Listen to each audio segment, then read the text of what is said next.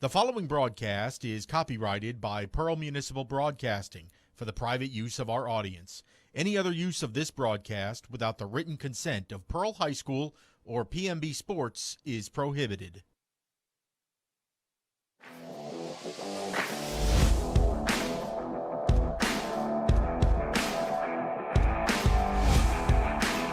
Friday nights mean one thing in Mississippi: high school football.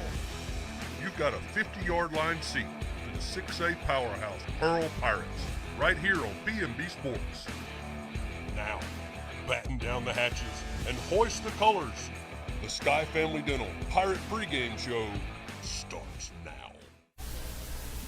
Well, good evening, Pirate fans, and welcome into Ray Rogers Stadium for the home opener for your Pearl Pirates as they'll take on the Warren Central Vikings tonight on Bryant, a senior night. I'm Greg Flynn. This is Bryant May. In just a moment, we'll be joined by Coach Justin Hunter. But, yes, senior night right out of the chute.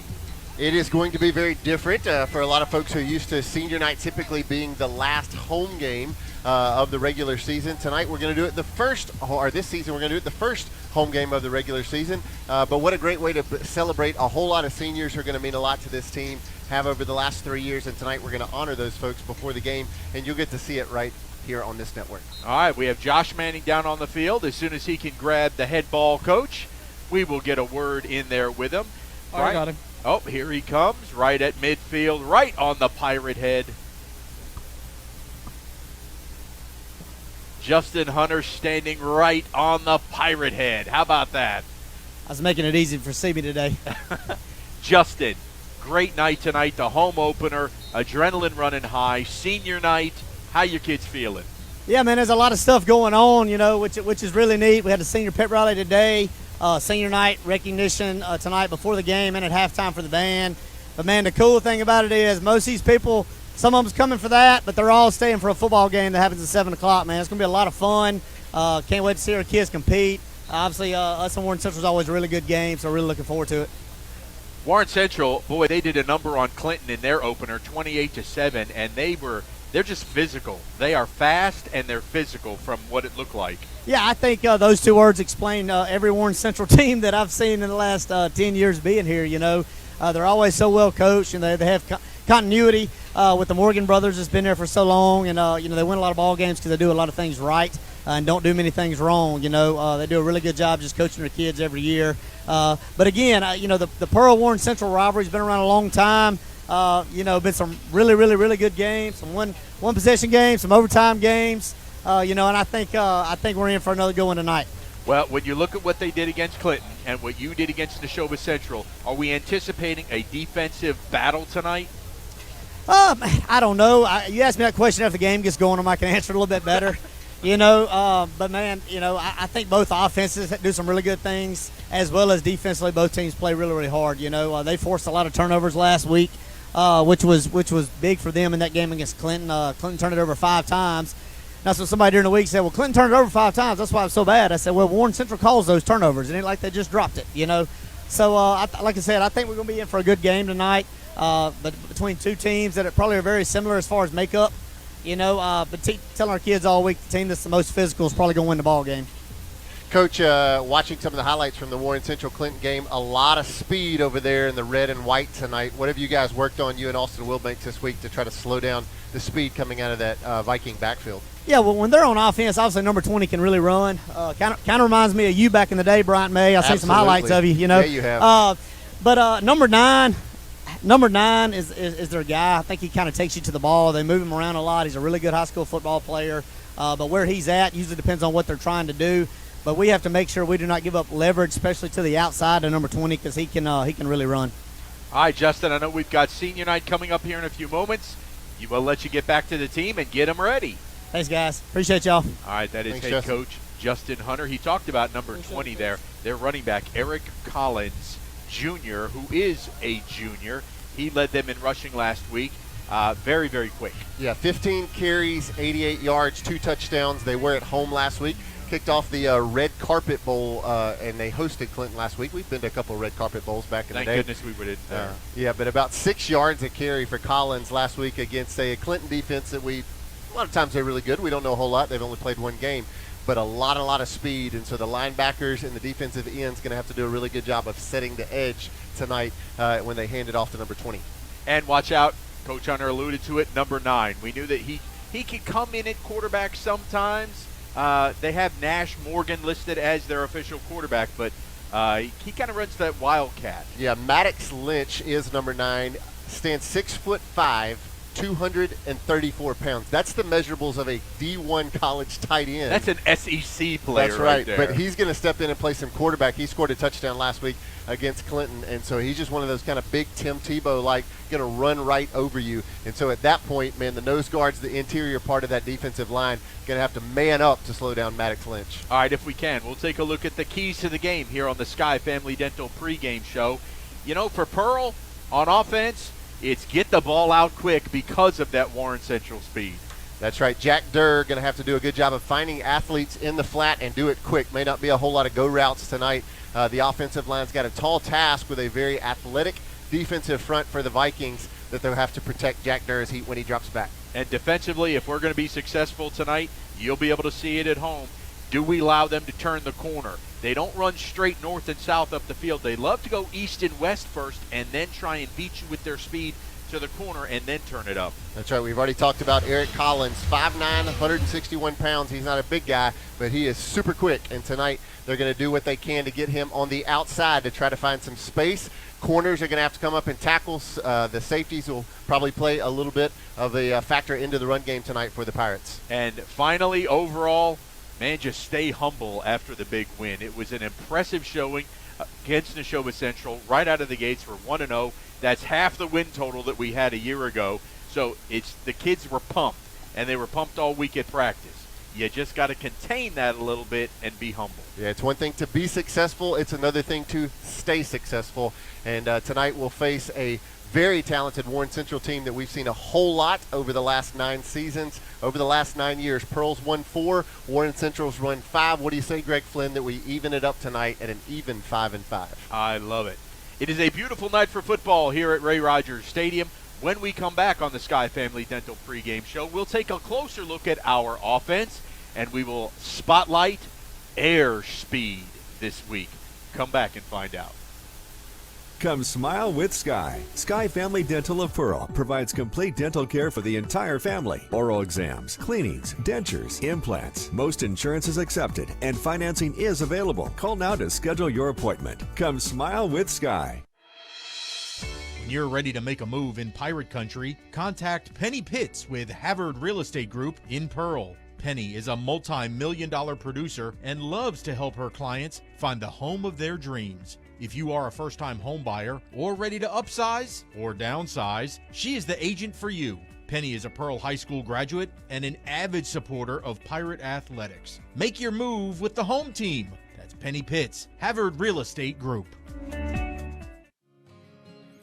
Public service has always had a very special place in my heart, and to be able to do it and be a first responder as a reserve, when you're not getting paid, that's just one of the most selfless acts you can do. I think we all have a responsibility to our towns and our communities. Well, for me, it's simple. I mean, when you say local, that's what's most important to me. Our citizens inside this county, we all care for each other, and we do everything we can to help everybody out. I am Shane Fletcher with Farm Bureau, and we are the home team.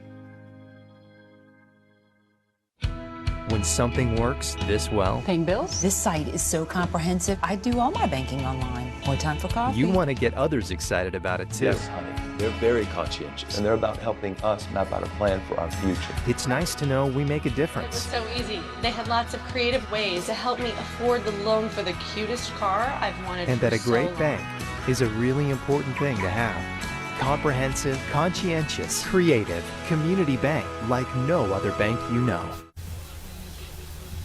Welcome back into the Sky Family Dental pregame show. I'm Greg Flynn, joined by Bryant May, and it is time to take a look at our offense and our spotlight this week. It's on number 2. He is Kenji Air McNair. Yeah, Kenji McNair last week had 4 catches, 126 yards, and 2 touchdowns. That's 4 touches and 2 touchdowns. 50% of the time he put it in pay dirt, and he is a guy to watch out as he hit Mach 2 speed last week. 126 yards. He had 2 balls over 50 yards from Jack Durr, And Warren Central, you can guarantee, has marked number 2 as they've watched film this week. And he's got a 31-yard per catch average, so big time. Big time. Got to get him the ball somewhere in space or see if he can outrun the secondaries he did a couple of times last week. We'll take a look at the rest of the starters who will support Kenji McNair on the ball field tonight in a home opener. Jack Durr, the super sophomore, 246 yards last week through the air, 3 touchdowns, ran for 62, scored a touchdown. He was the go-getter and the pace setter last week, and we'll look for him to do it again tonight in the home opener against the Vikings. Antoine Shoto will get the start at running back. He is a junior. The before-mentioned Kenji McNair, a junior. Shaden McCollum, the senior wide receiver, and Jalen Fields will get the start again, and he is a sophomore wideout. Jordan Butler playing the halfback kind of pseudo-tight end position. He'll wear number 88. Takofa Lewis, the senior, one of 2 seniors on the offensive line. Bryce Cole, a junior. Lane King, a junior. DJ Page, the other senior. And the add-in tonight is Reed Taylor. Reed Taylor starting tonight, number 64. Reed only a sophomore, but getting the nod tonight in the home opener. Yeah, it's nice when they can get young folks that are going to step up. You know, that's how this group got experience. Oh, go ahead, my dear. One of our great Pearl High School broadcast students getting ready for the show for you. But that's how you get experience, is last year, you know, all these guys playing as sophomores and juniors. You got to get the experience on the field, and Reed's going to get a great opportunity tonight. That's right. That offensive line, as we talked about before the break, going to have a tall task in front of them to slow down some good-sized, very athletic guys who are going to be on the front for Coach Morgan and the Warren Central Vikings. All right, as they get organized for senior night, we're going to jump right in and take a look at the defense for your Pearl Pirates tonight. And our spotlight on defense, Bryant? Mr. Arterberry.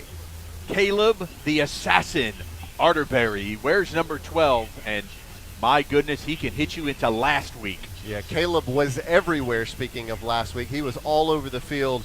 Caleb, a big, tall guy, but also a ton of speed. Last season, you're looking at his 2022 numbers, 91 total tackles for Caleb last year, 61 of those solo, 4 tackles for loss, and also had a sack on his 2022 campaign.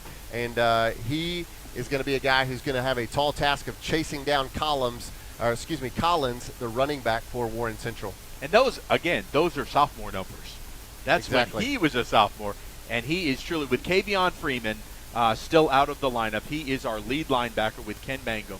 And, boy, they are so dangerous. Do not try to run over the middle on the Pearl Pirates. No, they looked really, really good last week. Probably a little more formidable foe tonight in the Vikings, but we'll see how things shake out. We'll take a look at the rest of the starters to support Caleb Arterberry tonight on the defensive side of things. The guys across the front, Tyler Jenkins, number 17, did a great job in his first start last week on the road at Neshoba Central. DeMario Ragsdale, he's a senior. Trey Schaefer, what a start last week as he moved from linebacker to the defensive line. He's also a senior.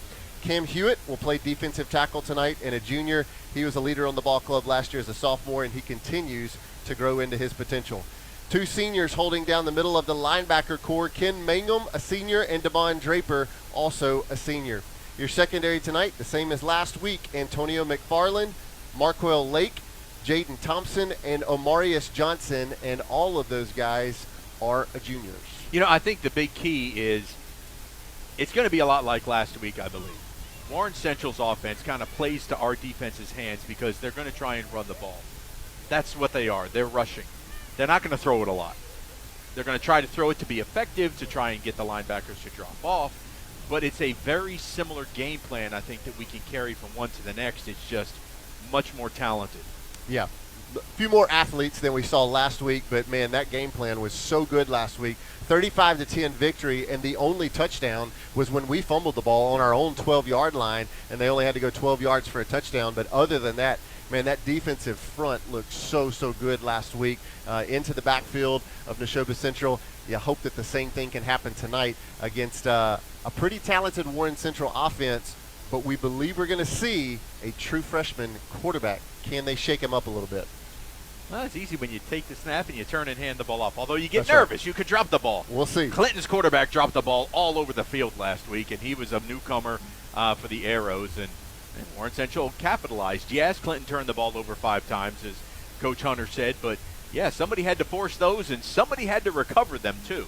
That's exactly right. Last week we forced 2 turnovers against Neshoba Central. You'd love to maybe see 2 or 3 that we could force tonight while we don't give up any turnovers. We had 2 last week on the road. First game jitters. Let's see if we can hold on to that ball a little bit better tonight in the home opener and on a very early, as we've said, senior night. Yep, they're going to do it very unusual this year, shaking things up a little bit. One of the things that Coach Hunter had mentioned about why they decided to do senior night on the first game out of the chute is because why not celebrate your seniors? Don't wait till the end of the year and everybody's crying that it's their last home game. And, get them up now, celebrate them now, give them encouragement as they go forward in the season.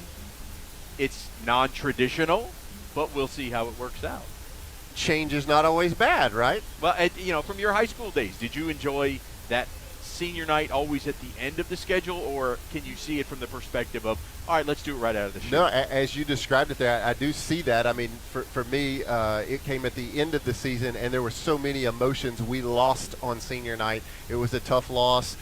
So added emotions on top of it's the last time you play at home and you lost. So tonight, I love the front end of, man, let's celebrate our way into the season and see how the 2023 season follows the celebration. All right, we'll get you set for senior night coming up next. But right now, we'll take a break here on the Sky Family Dental pregame show. With the My Trustmark mobile app, no matter where you happen to find yourself, there's a world of opportunity. Check your balances from a friend's house. Deposit checks with a smartphone or tablet from the back porch. Or send payments with email or text during a family get-together. Live your life more freely. Make My Trustmark your Trustmark. Get started at trustmark.com.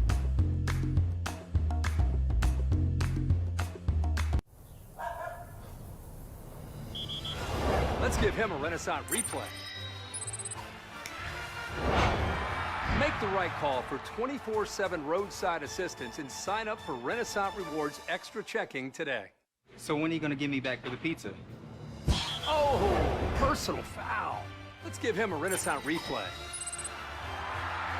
Make a successful handoff when you transfer funds to friends and family with Zelle and the Renaissance mobile app. When something works this well, Paying bills? This site is so comprehensive. I do all my banking online. More time for coffee? you want to get others excited about it too. Yes, honey. They're very conscientious, and they're about helping us map out a plan for our future. It's nice to know we make a It was difference. so easy. They had lots of creative ways to help me afford the loan for the cutest car I've wanted And for that a so great long. bank is a really important thing to have. Comprehensive, conscientious, creative, community bank like no other bank you know.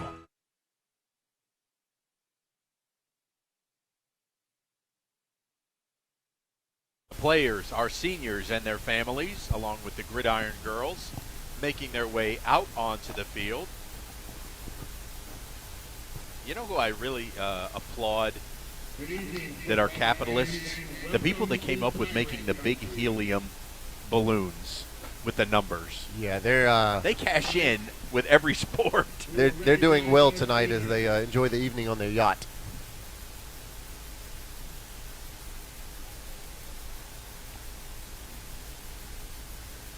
All right, there will.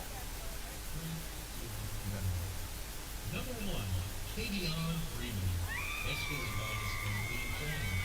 Kavion plays for the college. All right, so they're running audio in the stadium, so we'll listen into it. The veterans that life lessons it has taught him. Number 3, T.J. McKenzie. Escorted by his family. Grandparents, Mom Keisha, brother Trevor, sister Taylor, and his friends. T.J. plans to attend college and become a civil engineer. What T.J. enjoys most about pro football is the teamwork and brotherhood, and their motto this year, find a way. Number 8, Shaden McCollum. Escorted by his family and friends. Shaden plans to play college football and become a physical therapist. What Shaden enjoys most about pro football is the opportunities his coaches give him to go make plays. Number 10, Trey Schaefer. Escorted by his dad, Earl Schaefer. Trey plans to play college football and get his degree in architectural design. What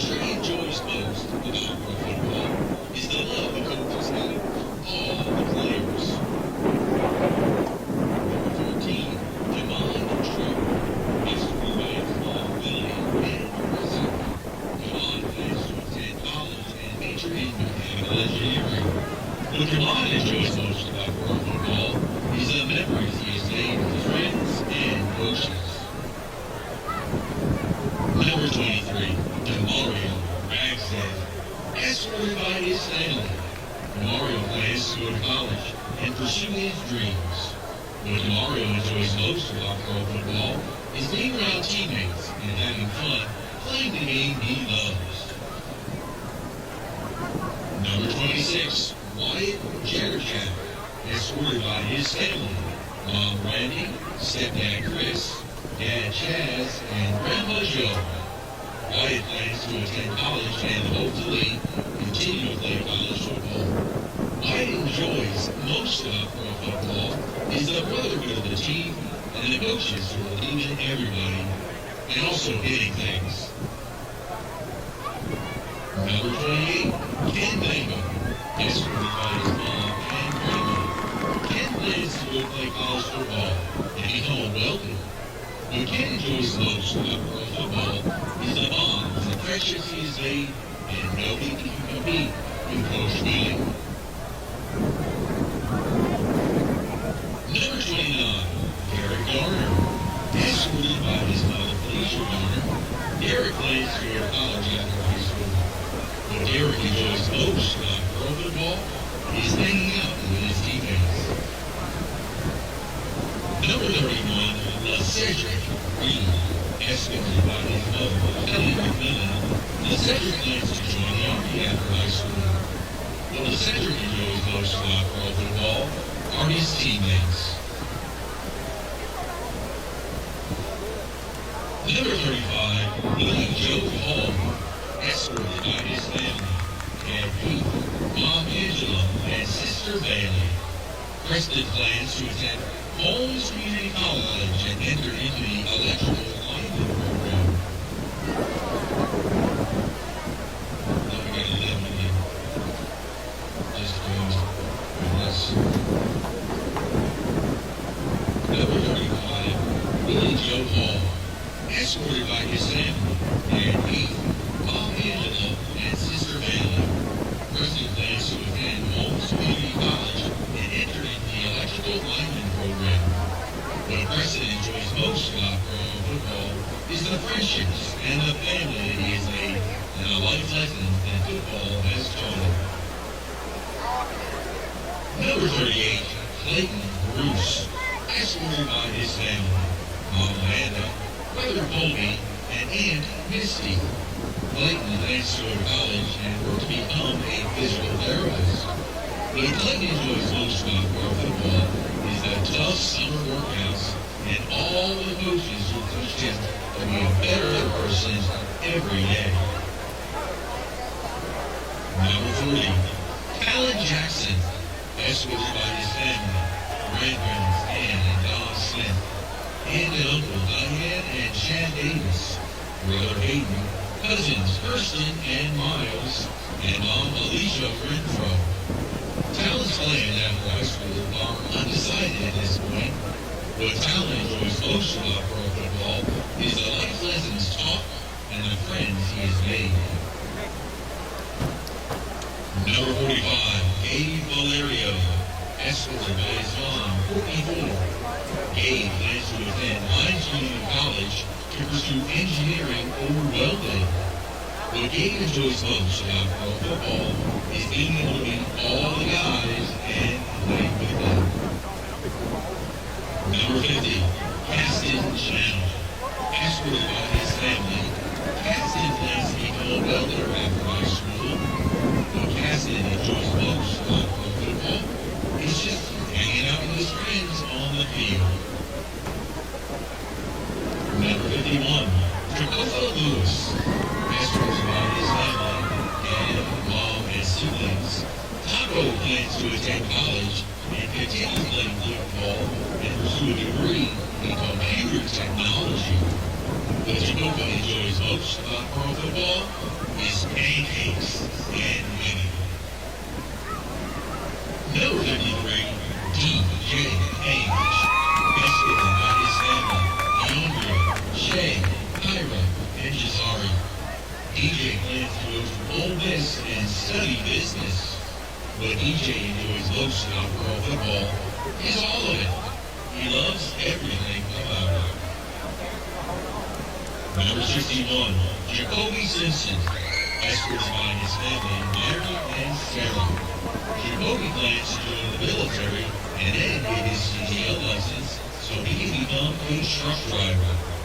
What Jacoby enjoys most about Pearl football is just playing the game with people he has known for years and grew up with. Number 81, Jason Harris, escorted by his family, Jason Sr., Melissa, and Talissa. Jason plans to start a business after high school. What Jason enjoys most about Pearl football is just playing ball. Jackson Brewer, escorted by his family. Jackson is not sure of his plans after high school right now. What Jackson enjoys most about Pearl football is just going out to practice every day with the goal of getting better. Gridiron girl Dolce Tapia, escorted by her family. Dolce plans to attend college and pursue a BSN degree and specialize in neonatal nursing.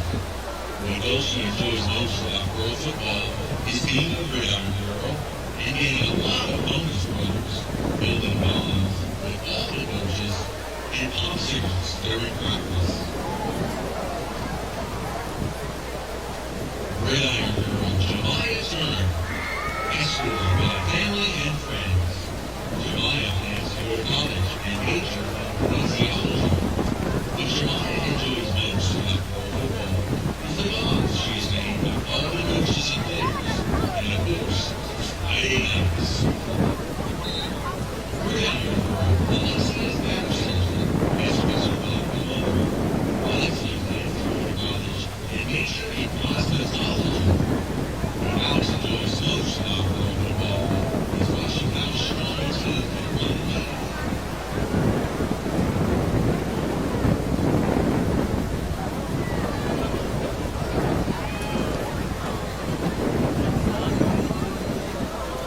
Pre-recorded it and cut it out.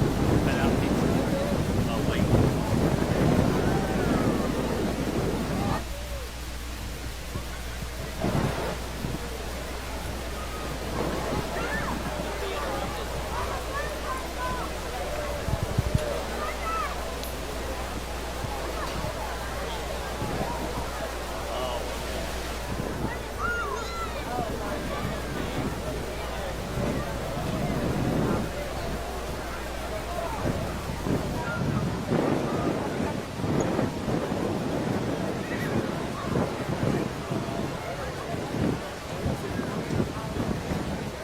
Good evening, ladies and gentlemen. Now we would like to recognize our senior cheerleaders and thank them for their dedication and commitment over the past several years. Our first senior cheerleader is Madison Gutierrez. She is escorted by her parents, Alina and Ronaldo Gutierrez, sister, mom, and nephew, SJ. After graduation, Madison plans to attend Southern University of Baton Rouge and pursue a degree in art and animation. Our next senior cheerleader is Sky Gibbs. She is being escorted by her parents, Brad and Timmy Gibbs, her siblings, Rainer, Oliver, and June Bradley, and her grandparents, Barry and Ava Schwartz, and Valerie Gibbs. Sky plans to attend Hines Community College after graduation and pursue a degree in radiology. Our next senior cheerleader is Tani Jackson. She is being escorted by her parents, Akeem and Mark little bitty Williams, her siblings, Daryl and Destiny, her grandmother, Bessie Davies, and her aunt, Ron Rose. She plans to attend Tougaloo College to pursue a degree in nursing and ultrasound technology after she graduates. Please join me in a round of applause for our senior cheerleaders.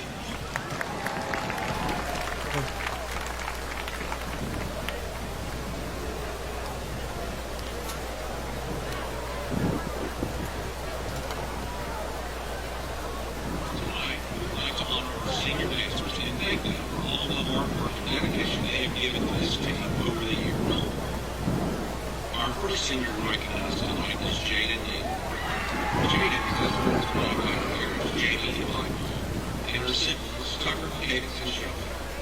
Jaden is a member of the Student Council, Bay Club, National Honor Society, Payers Youth Council, Silver Scholars, and the PHS Science. She plans to pursue a Bachelor of Science degree in nursing. I see it. Next, we have senior announcements from Naomi Moore. Naomi is this group tonight by her parents, Sharon and Steve, and her siblings, Aubrey, Lily, and Noah. Naomi is also a member of the Pearl High School Varsity Soccer team. She plans to attend college and major in zoology. Our next senior guest is Caitlin Richardson. Caitlin is escorted tonight by her parents, Heather and Steve, and Kate. Caitlin is a member of the Student Council, Beta Club, Payers Youth Council, and the PHS and she plans to attend honors at State University to major in nursing. Next is senior dancer Kaylee Carter. Kaylee is escorted tonight by her parents, Amy and Annie, and her brother Andrew. Kaylee is also a member of the Eagle and the soccer team. She plans to attend college and major in elementary education. Our last senior dancer with us is Layton. Layton is escorted tonight by her parents, Chloe and Lacey, and her siblings, Aubrey and Miss. Layton is a member of the Student Council, Beta Club, National Honor Society, and Silver Scholars. She plans to attend Mississippi State University and major in wildlife management after she graduates. Seniors, we wish each of you success and happiness during your senior year and look brightly towards your future. Thank you for your commitment to this team. PC, you.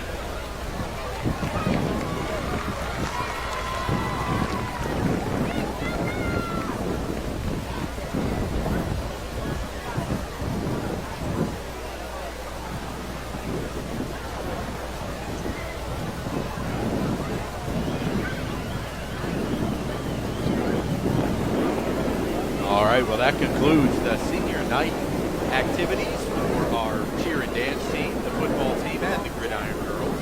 Coming up at halftime, they will honor the band, so we'll bring that to you as well. How much time? We're counting down to kickoff here on the Sky Family Dental pregame show. 7 minutes and 40 seconds away. So we will step aside. When we come back, we will show you the Pearl Pirate Band as they get us set with our national anthem. Stay with us. We'll be right back. Come smile with Sky. Sky Family Dental of Pearl provides complete dental care for the entire family. Oral exams, cleanings, dentures, implants. Most insurance is accepted and financing is available. Call now to schedule your appointment. Come smile with Sky. So you've injured your shoulder or your knee? And of course you want the best care and the best doctor available. The doctor on the left treats shoulders and knees and ankles and hands, while the Mississippi sports medicine doctor on the right specializes in one body area and one area only, treating thousands of patients a year. Trust your medical care to one of our true specialists. Mississippi Sports Medicine. We specialize for you. When accidents happen, our 30 minutes or less ER service pledge can mean less waiting and faster care. The 30 minutes or less ER service pledge at Merit Health.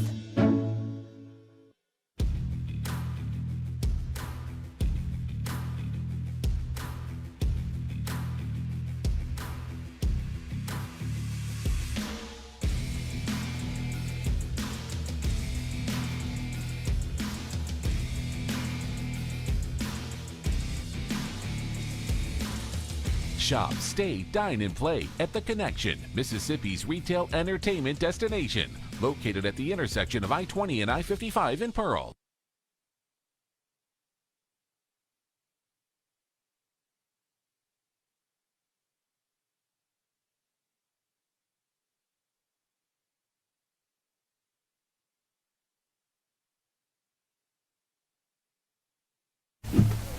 All right, the Pearl Pirate Band making their way onto the field for their pregame performance of God Bless America and our national anthem. Always like to point out that while everybody is watching a football game tonight, I have to tell you there is no harder working group than the band here at Pearl High School. They work in, out, every day, and with such devotion. A credit to Matt Rowan, the band director. because these kids are a class act year after year after year. And really looking forward to seeing across the season the 2023 marching band show called Imagine. Hopefully get a chance to maybe see a snippet of that tonight at halftime, but also going to get a chance to recognize the seniors. And as again, we're kicking off the homestand here with senior night to start the season. A little bit different, but I think it's good. Got a chance to celebrate the football players, dance team, and cheerleaders just a few moments ago, and getting ready to see the band welcome in the night and welcome in the football team coming out of Bucky that's getting set up in the right end zone. Just about 4.5 minutes away from the official kickoff time. The Pirates making their way out of the field house. Bucky is fully inflated now, and he's ready.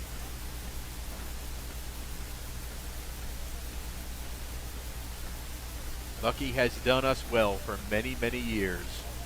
Probably one of the best runouts in all of high school football is that Bucky. He is a formidable mascot.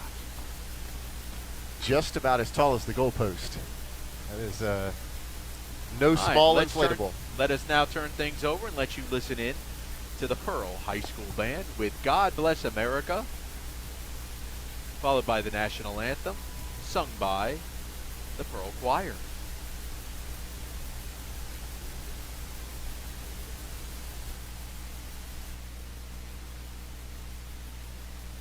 We'll have our Pledge of Allegiance. Please stand. Remove your headgear. Salute our nation's flag with your right hand. As we recite together the Pledge of Allegiance of the United States.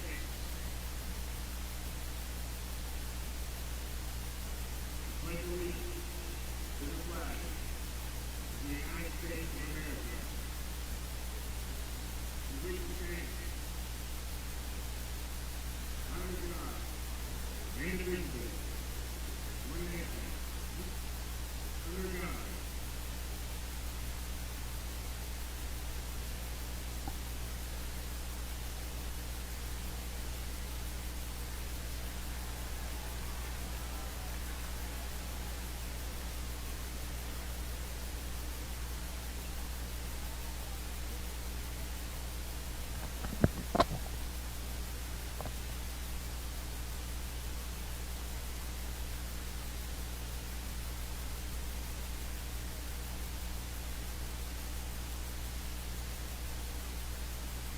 Now, let us honor America and its heritage of freedom and join the Pirate Band and the Pearl High School Singers in the performance of God Bless America. And please continue standing for the playing of our national anthem. Tonight, the colors will be presented by the Pearl Naval Junior ROTC.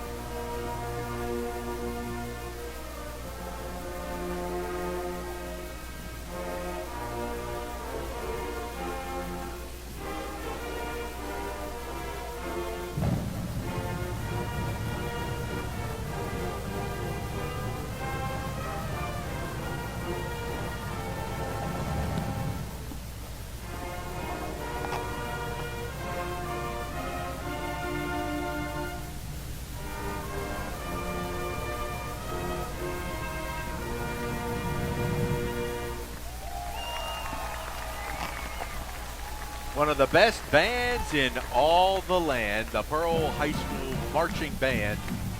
And they already sound like they are in true form tonight, Bryant. Even just game number 2 on the schedule. That's right. A beautiful evening for football here as we open up the homestand. First game at Pearl Pirates Stadium as the 7A Pearl Pirates. If you missed it, Mississippi has incorporated 7A football, and we have moved into the top 24 of the largest schools in the state of Mississippi. Last week we began the season with a 1-0 with a 35-10 victory over Neshoba Central, and tonight it's the Warren Central Vikings who come marching in.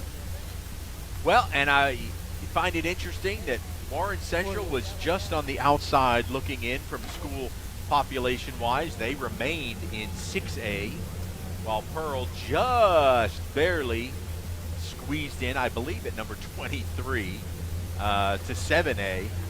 We were the 23rd out of 24 schools, really by just a couple of kids. Honestly. Yeah, Warren Central, a team that we've had in our region for a number of years, and so now we're playing them, but this will be a non-region game, 7A versus 6A.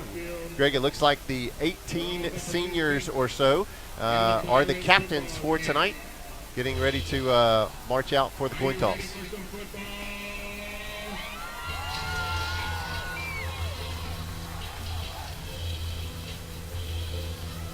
Waiting the captains to come to midfield first. Well, now they're sending out the kid campers, all the kids that attended the camp over the summer here. And now the Pirates are in their rockin' bucky. They've got smoke, and here come the Pirates. While we still wait on the coin toss, and here come the Vikings out of the left side.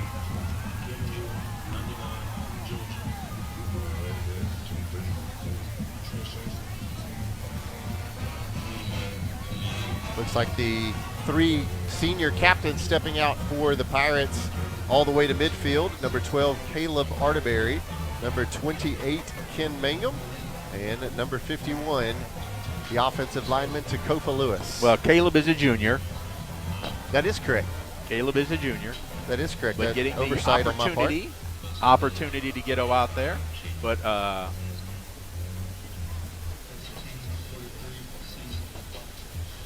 right, we're waiting on the official toss. Okay, Pearl has won the toss and deferred. So Warren Central will get the ball first. We will put our defense out there, and when we come back, Vikings, Pirates, now. Are you ready?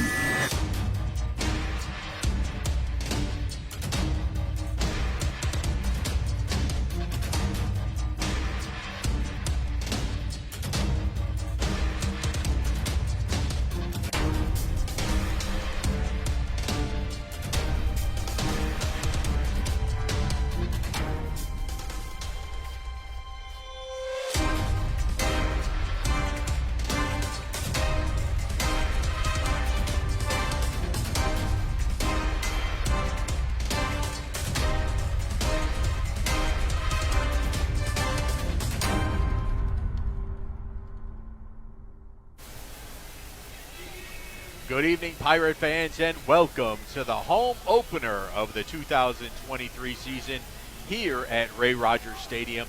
I'm Greg Flynn, along with Bryant May, and we are here to see your Pirates take on the Warren Central Vikings in, Bryant, what should be an extremely close contest. Both teams come into tonight 1-0. The Pirates knocked off Neshoba Central last week in the season opener on the road in Philadelphia, 35-10. And Warren Central dismantled Clinton at home last week in the Red Carpet Bowl, 28-7. Pearl now in 7A football. Warren Central holds serve in 6A that Pearl just graduated out of. And tonight it's Pirates versus Vikings in the home opener at Ray Rogers Stadium. All right, Colston Bennett has your Shane Fletcher Farm Bureau Insurance. Kick teed up, and we are underway. Short kick will be taken in at the 15. Crossing here to the near side, has room. They'll finally get him pushed out of bounds. That is Taryn Green. Taryn Green, a 6'1", 183-pound sophomore with a pretty good return, somewhere around 25 yards or so. And Colston Bennett came in with a sliding tackle. Never a great thing when your kicker has to make the tackle on special teams, but good job by Colston getting in there and knocking down the special teams returner for the Vikings. And here comes this Warren Central offense, led by the quarterback, number 10, Nash Morgan. He's only a freshman, 6'1", 158, but he's the son of the head coach, Josh Morgan. We'll bring you your Pirate defensive starters here in just a moment. Morgan with his two-back set. He's going to hand that ball off to Collins. Collins goes far out over the tackle. He'll fall forward for about 2 yards. Bring up a 2nd down and 8. Here's your Pirate starters on defense. Number 17, Tyler Jenkins, Demario Ragsdale, Trey Schaefer, and Cam Hewitt, your defensive linemen. Caleb Arterberry, Ken Mangum, and Damon Draper, your 3 linebackers. And the secondary tonight, Antonio McFarland, Marquel Lake, Jaden Thompson, and Omarius Johnson, all juniors. Morgan will drop back, throws a little quick pass. And that's going to net some pretty good yardage out to the 46-yard line. That's the 6'5" junior Maddox Lynch. He'll play some wide receiver, linebacker, quarterback, and he's a guy who can do a little bit of everything at 6'5", 234-pound frame. Rumbles for about 4 yards. He's kind of like their Swiss Army knife. So Pearl Pool, 3rd down. Tried to get the Pirates to jump. They did not. Now Morgan will look at the sideline. Be wary, they really like their number 44, Jadarius Miller, too. Morgan back to pass. Pressure comes. He just lofts it up. We're going to get a penalty flag coming in. Believe it's going to be holding. Yeah, the call's going to be on Antonio McFarland. He was running far side with Zach Evans. Zach Evans is the speedster. He's a senior. And here comes the call from the officials. Yeah, they threw that flag about the 35-yard line is where the contact was made. So that Havard Real Estate Group penalty will net the Vikings a 1st down and move them into a much higher class neighborhood. They're now in Pirate territory at the 39-yard line. And here comes Maddox Lynch sliding over to that quarterback position. Where's number 9? Again, 6'5", 234 pounds. He's a big guy to have to bring down. Pirates 4-man front. Here they come. They swallow him up in the backfield. And a tremendous play there coming in, number 14 by Draper. Draper also in there with Tyler Jenkins to make the stop. We've got a flag over here on the 40-yard line on the near side, and the call is going to be offsides. Oh, man, that one's going to hurt as the Pirate defensive line had made their way into the backfield. That play was going to go for a loss, and instead it'll be a free 5 yards for the Vikings. They had to have lined up offsides because nobody moved. Yep. I believe that's what happened. That Havard Real Estate Group penalty brings it down to the 34. So 1st down and 5. Now looks like Collins going to slide in, kind of play a little wildcat. Collins will keep it. Trying the left side.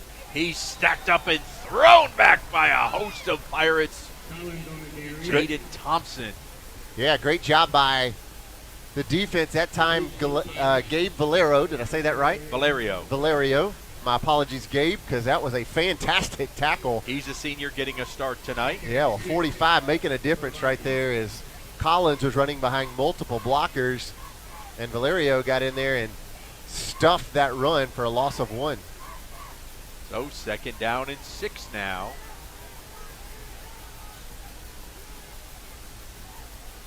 They'll have Lynch. He's going to try his handed quarterback. Back to pass. He's going to throw it deep down the side. He's got a man. That ball is caught, and that is a touchdown for the Vikings. Jalen Winters, 35 yards out from Maddox Lynch, and Winters just ran right by the secondary, and the 5'11", 152-pound junior puts the Vikings up 6-0 with 9:15 remaining here in the first quarter. Bryant, if you notice that on the Rogers Dabbs replay, it really thought that the defense collapsed, thinking Maddox was going to run it.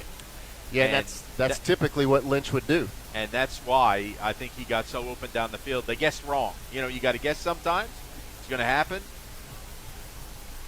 And he made a good throw. So tip your cap to him. Extra point. Snap is up. And it is good. And with that, with 9:15 to play, Warren Central takes the lead 7-0 over the Pirates. When something works this well, Paying bills? This site is so comprehensive. I do all my banking online. More time for coffee? you want to get others excited about it too. Yes, honey. They're very conscientious, and they're about helping us map out a plan for our future. It's nice to know we make a It was difference. so easy. They had lots of creative ways to help me afford the loan for the cutest car I've wanted And for that a so great long. bank is a really important thing to have. Comprehensive, conscientious, creative, community bank like no other bank you know.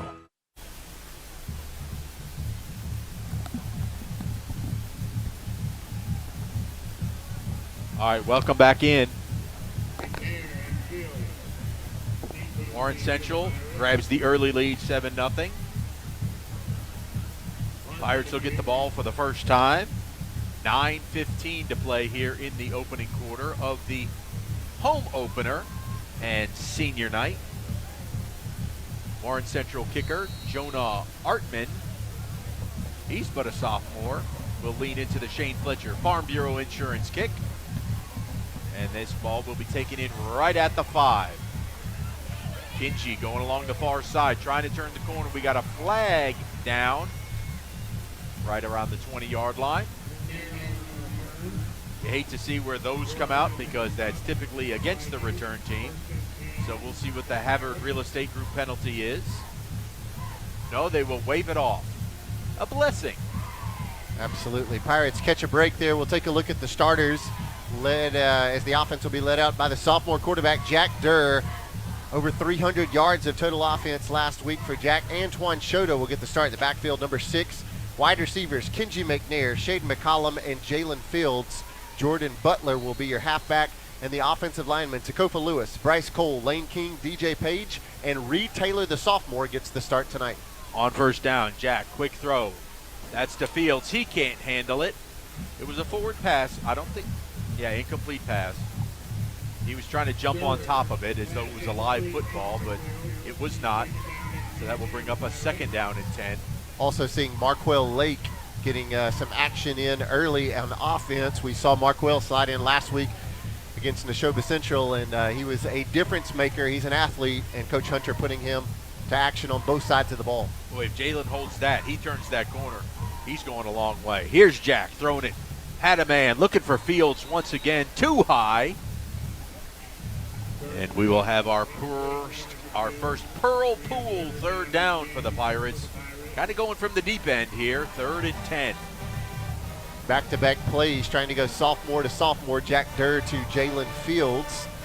And here comes a long 3rd and 10. Pirates going to have to put it in the air with 4 wideouts. Jack will roll out to his left, looking, throwing, got a man. That should be good for a first down. Marquell Lake, that's going to be enough. A 12-yard gain, only needed 10. A great job offensively putting Jack Durr in motion out to his left. He is a southpaw, and he throws it right on the money to Marquell Lake, who's standing right by the out-of-bounds line. So a Renaissance Bank first down. Now we'll run it. Shoto crossing the 30 out to the 34. So a nice pickup on first down. Pirates trying to go quickly. No huddle offense here on this first drive. Trailing 7-0. I like to mix things up. The run is going to have to be successful for our pass to be successful. Jack tries the hard count. They don't buy it. He'll look over to the sideline. Now he's got the play.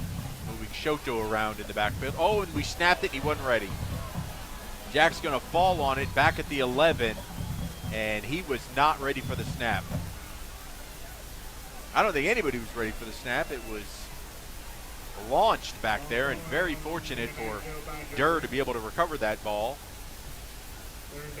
Yeah, Jack had been looking to the side. I don't know if he was audibling or checking protection, and the snap came from 52 Lane King, the center, and Jack Durr was not ready, thankfully able to get back and fall on it, but it is 3rd and Meridian to go. Yeah, the Pearl Pool high dive right here. And we fumbled he the ball attempted again. a handoff. They dropped it. Jack's going to get what he can, and he'll get out to about the 20-yard line, which gives us a little bit better punting room. After seeing a little success on 3rd down, the rest of that drive fluttered with the missed snap and then the fumble on the handoff. And here comes Kenji McNair to get off our first punt of the night. Kenji does a little bit of everything for us, playing wide out, and he'll also slide back to punt. The Warren Central returner will be number 0, Zach Evans, and keep an eye on him. He is some kind of fast. Kick is away. It is high, not very far, but it's not going to be returnable as it will bounce around very close and right at the midfield stripe. So once again, Brian, it's not how, but how many. And we kind of send it out to the 50. Yeah, 31 yards on the Kenji McNair punt, and keep an eye on that. Warren Central got pretty good penetration on their special teams. Looked like they probably had an all-out block going on that. There wasn't going to be much protection for the returner, and they were close to Kenji, but thankfully able to get that one away. And the Pirate defense now going to have to stand strong. Only 50 yards between the ball and the end zone, and we're already trailing 7-0. So Morgan will come back out as quarterback. Collins is his back. Just up in front. 7:15 to play here in the opening quarter. Trying to go to the far side is not successful by Terry Green. The Pirates were ready that time. Yeah, a lot of east and west there from the Vikings. Trying to get to the outside was number 3, Green. And great job by the Pirate defense of forcing that one to the far side to get a great look there on the replay. Ken Mangum making contact along with number 5, Antonio McFarland, in there to double team on the tackle for a loss of 4.5. Mangum PI always finds his man. 2nd down and 14. Quick throw outside. This time they get into the second level. It's going to bring up a very manageable 3rd down. They're going to mark him out. I think I'll say he stepped out a little bit early, so that's fortunate. Ball would be placed at the Pirate 46. So a 3rd down and 6. Let's see if our defense can stiffen right here. Shift over to the left. They go heavy. And we jumped offside, gave him a free 5.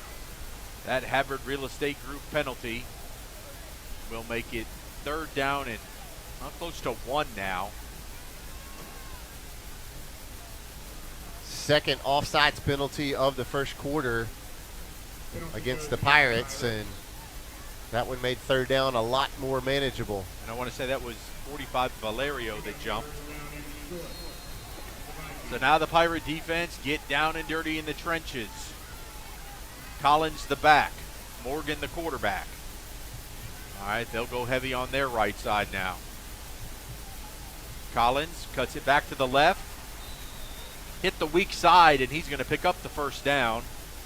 Now at the Pirate 37. Yeah, tackle that time made by number 7, Jaden Thompson. And Thompson and Collins a little jawing after the play. Officials get in there and break that one up. You don't want to add to the result, which already was a 1st down. Collins, a hard-nosed runner, as he hit the gap behind his left guard. So Morgan, a 1st down, fresh set of downs. Going to give it off to Collins. Collins this time will be dropped in the backfield by Mangum PI. We're going to get an official timeout. I believe this will be the Heat timeout here in the first quarter. All right, we have a Heat timeout. We'll take it with them. Something 5:54 to play. Vikings lead it 7-0. when something works this well? Paying bills? This site is so comprehensive. I do all my banking online. More time for coffee? You want to get others excited about it too. Yes, honey. They're very conscientious, and they're about helping us map out a plan for our future. It's nice to know we make a It was difference. so easy. They had lots of creative ways to help me afford the loan for the cutest car I've wanted And for that a so great long. bank is a really important thing to have. Comprehensive, conscientious, creative, community bank like no other bank you know.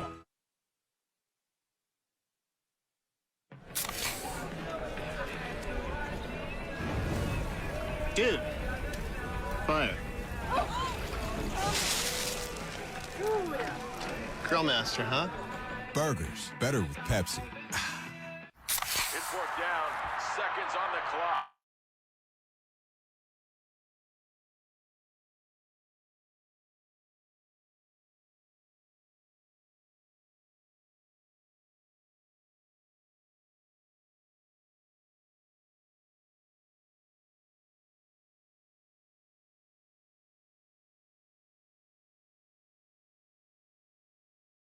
That Lynch kid can play. All 6'5" of Maddox Lynch was used to grab that one. You're going to get a great look here on the Rogers Dabbs instant replay. Look at number 9 there in the center of your screen. Not only did he go up, but he reached behind him. Incredible catch by the leader, the junior. Only a junior is Maddox Lynch. Clock running, 5:20 to play. Vikings on the move on their second possession.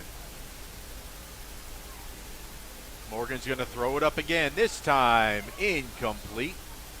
Bryant, you went and checked for me. What was the consensus next door about the score? Yeah, I did. The scoreboard here at Ray Rogers Stadium reads 6-0, but what I was told is the extra point on the first touchdown was indeed good. They're having some scoreboard glitches, and apparently we can't maybe put up 7s. So I'm not sure, but it is 7-0 is what I'm told by the scorekeeping here in the well, press I saw box. the officials put it up that it was good, so we'll operate at 7-0. Now Lynch in at quarterback. He threw the ball the last time he was here. But we're going to get a delay of game penalty, I believe. The play clock is at 0s.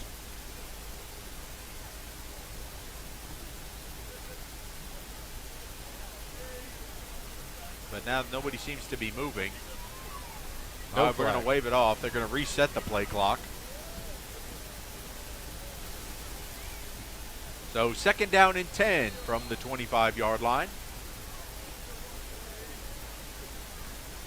We'll see what Lynch wants to do. See on your screen, Pirates with 2 clear levels right here of defense. Front 4. There comes Collins near side.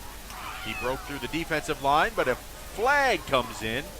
Yeah, I believe we're going to get a holding call, excuse me, Greg, a holding call on Chance Ward, the wideout here on the near side, who is trying to block the Pirate defender. We'll see if we can get a look here on the Rogers Dabbs replay as Collins goes east and west. You're going to see number 2 right there in your screen. Yep, he grabbed jersey. So holding calls are definitely drive killers. We'll see if that is the case as they mark this ball back 10 yards. The volleyball team. The report to the North Income volleyball team. So they will mark it back at the Pirate 35, and it'll be second down and 20. You notice, Bryant, when you have those 2 definitive levels, if you can beat the front 4, as again, they're not going to try and run up the middle tonight. They're going to try and squeeze the edges. You can pick up some yards. All right, this time, Morgan back to pass. Throwing it deep. In the corner. Incomplete. Looked like good coverage on that side by McFarland. Yeah, McFarland was running step for step with Zach Evans, which was a good thing because Omarius Johnson, the safety, was completely beat as he kind of slipped on the turf. I had my eye on him, and McFarland was running one-on-one with the speedy Zach Evans and just could not come down with it. Good coverage there by number 5, and that'll make it 3rd and 20. If the name sounds familiar by Nash Morgan, it because it is. Every Morgan that if you go to Warren Central and your last name's Morgan and you play football, you're a quarterback, right? All right, we're going to get a timeout, I believe, called by Warren Central. We'll take it with them. 4:45 to play. 7-0 Vikings. How local is Bank Plus? We're here, and here. And we're with you here, and here. Wherever, whenever you need us. We make our banking decisions right here because local means more than a location. It means a commitment to deliver more for our customers and our communities. Your bank, your plus. Bank Plus. So you've injured your shoulder or your knee? And of course, you want the best care and the best doctor available. The doctor on the left treats shoulders and knees and ankles and hands, while the Mississippi sports medicine doctor on the right specializes in one body area and one area only, treating thousands of patients a year. Trust your medical care to one of our true specialists. Mississippi Sports Medicine. We specialize for you.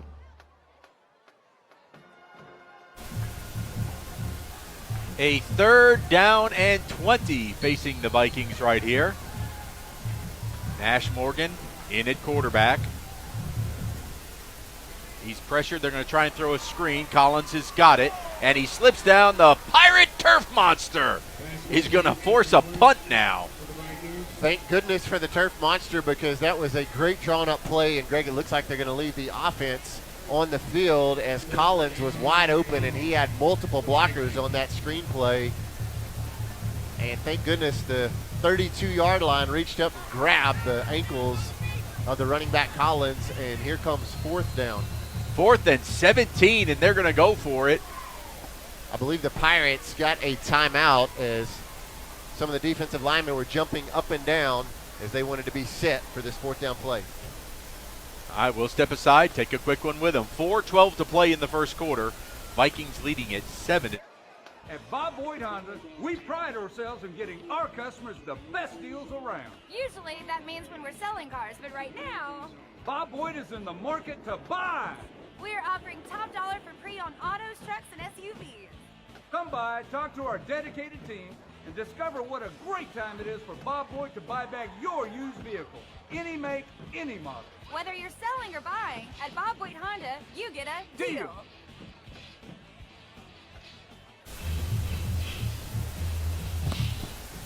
All right, coming out of the timeout, Greg Flynn, Bryant May here with you at Ray Rogers Stadium for the home opener of the 2023 season.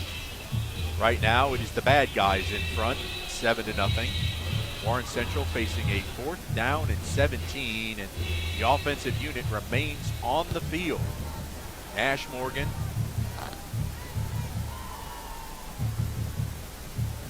His speedster, Eric Collins, in the backfield. Watch out for Greer. You know he's going to look for him. And he's throwing it deep into the end zone. And that ball's going to be intercepted. Number 20, Evan Williams, the sophomore corner, running step for step with the speedy Zach Evans in the corner, and it was my man versus your man, and the Pirate man was better. What an interception by Evan Williams, and a turnover on downs. Well, you never want a kid to drop an interception, right? But if he drops that, we get the ball up at the 34-yard line. Actually, it worked out well for Warren Central because now the Pirates will start at the 20. But a great effort by Evan, and notches his first interception of the season. So now the offense, it's their turn.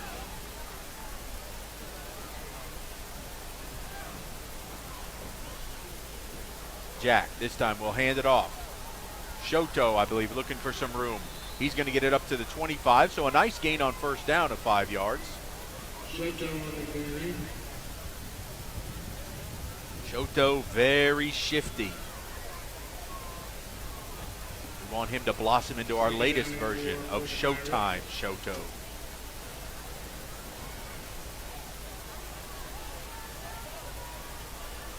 Second and 5, 3 wide receiver set. Jack looking to throw, quick out. That ball is caught. That's by Fields. He'll fall forward to the 28, and it will bring up a Pearl Pool 3rd and 2 from the shallow end. Little wide receiver screen. Shade McCollum was left out in the flat trying to block 2 guys. Jalen made one of them miss, but could not make the second one. Here comes 3rd and short. It's really long, too. Jack will hand it off. Oh, Shoto's got some room. Nearly breaks it to the outside. He's going to pick up a Renaissance Bank first down out to the 34. Great job by Antoine Shoto behind the Pirate offensive line that opened up a massive hole on the right side. Tip your cap to number 51, Takofa Lewis, and 52, Lane King, both getting key blocks on that Shoto first down run. And that was Takofa pulling on that one. Excellent job. So a fresh set of 4 for Jack. He hands the ball off once again. Warren Central a little more prepared for it this time. It'll be gain of 1 yard. 2:33 here remaining in the opening quarter. Greg Flynn and Bryant May with you. Glad you could be with us here on the broadcast. No, 2nd down and 9. Captain Jack going to put it up. Ball was deflected and knocked down. Yeah, I'm not sure who got their hands on that. I believe it may have been 23. Gonna get a good look here. Yeah, I believe it was 23 for Warren Central. That's Larry Reynolds, the 6'2" junior, who got that right hand up and knocked down Jack's pass. Now leaves the Pirates with a long 3rd down. A Pearl Pool 3rd down and 9. Jordan Butler now checks in as the tight end / H-back.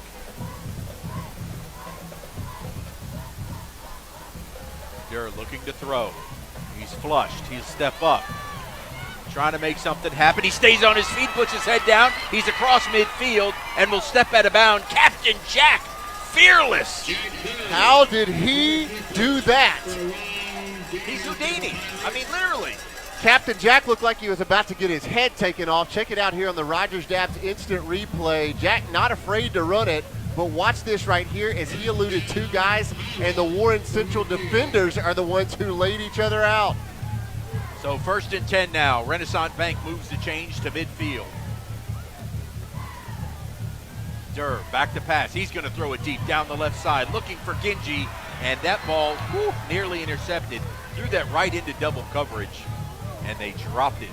Yeah, Jack had lots of pressure in his face. You're going to get a great look here on the replay again. And Jack just flung that one out, hoping that Kenji could get it.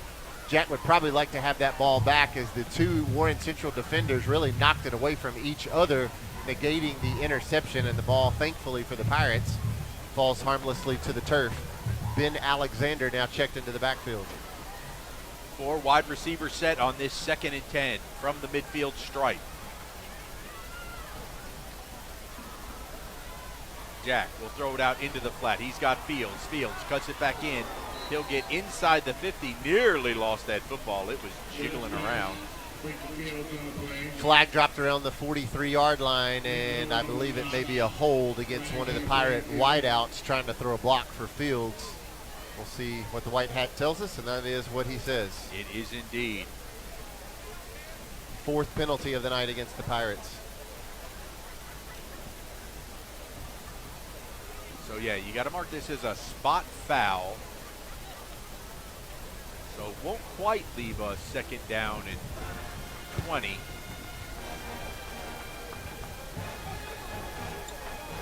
Referee will now mark it off.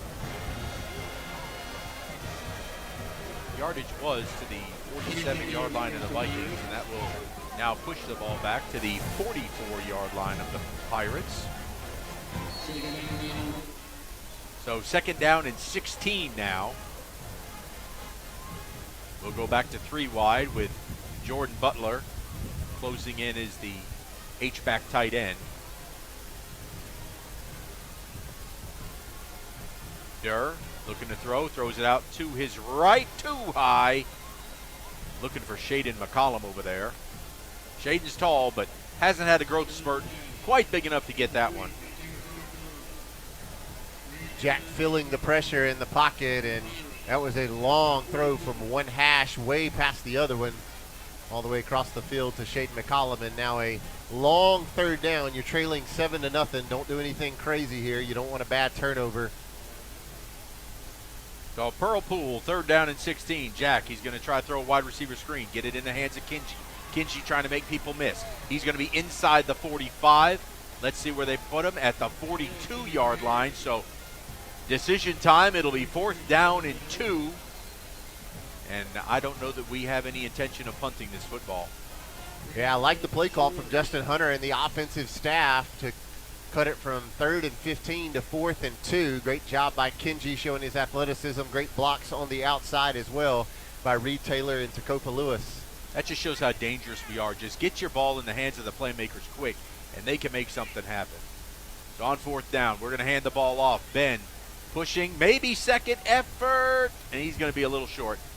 They're going to give him a yard, but they're going to mark him down just outside the 41. So this will be a sign mark turnover on downs. Looked like he slipped a little, Bryant. Yeah, looked like he slipped. Also, number 5, Julian Denby, the senior linebacker, 6'1", 204, was the first guy to get a hand on him. Denby, a difference maker last week in the Vikings win over the Clinton Arrows. He had 12 tackles all by himself last week, and that was a big tackle there to slow down the Pirate drive and keep it at 7-0. All right, 50 seconds left to play here in the first quarter. Vikings up 7-0. Now have the ball at their own 41.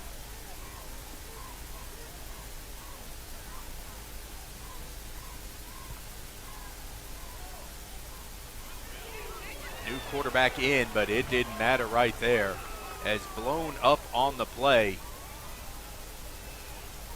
What a tackle by the Pirates secondary, trying to throw a little swing pass, and coming in there is Damon Draper, who just absolutely annihilated Aiden Greer.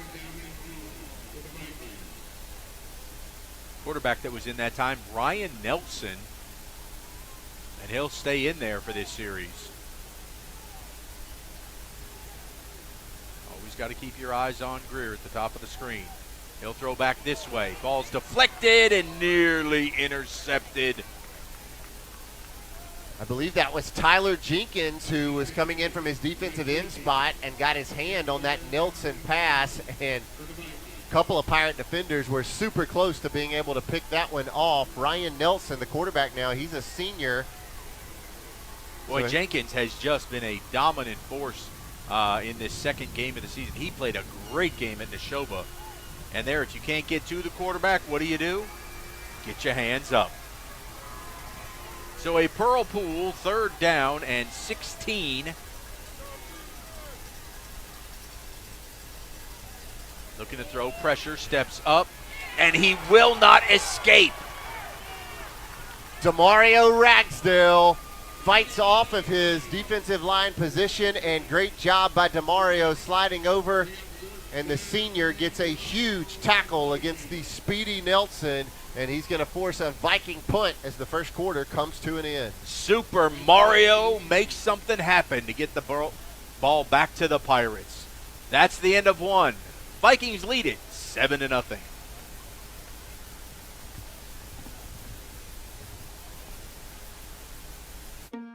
Hey, I'm Matt, and a little thing I love about the Chick-fil-A chicken biscuit is the freshly baked, flaky, buttery biscuit. When I take a bite, it's kind of like, crispy, soft, crispy. Crispy outside, soft interior, crispy chicken. There's really nothing like it. Hey, I'm Alexa, and the little thing that I love about the Chick-fil-A chicken biscuit is the chicken itself. It is more than scrumptious. It is more than delicious. It is scrumptiddlyumptious. I know that's not a real word, but I love it.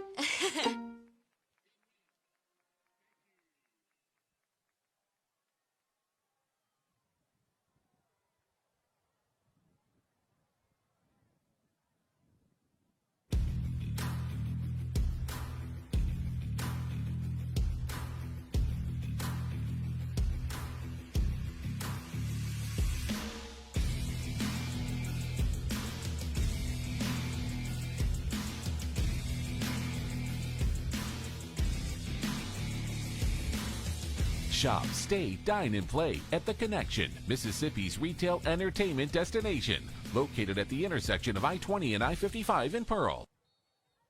Inside the 25, and they'll mark that at the Pirate 23, but a great stand by that Pirate defense is going to give the offense another opportunity as we start the second quarter.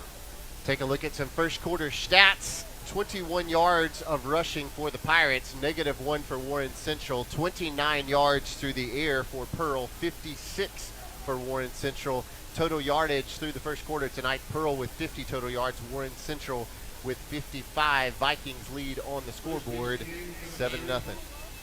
That was Greer that hit the Maddox, that hit the punt. He does everything. Literally. All right, so now Captain Jack setting up shop. Moving Jordan Butler back in. Hand the ball off. A little bit of a gain. Pickup of 2. Tough sledding for Antoine Shoto against that athletic Viking defensive front. Shoto now with 5 carries for 20 yards. He goes out. In comes Big Ben Alexander.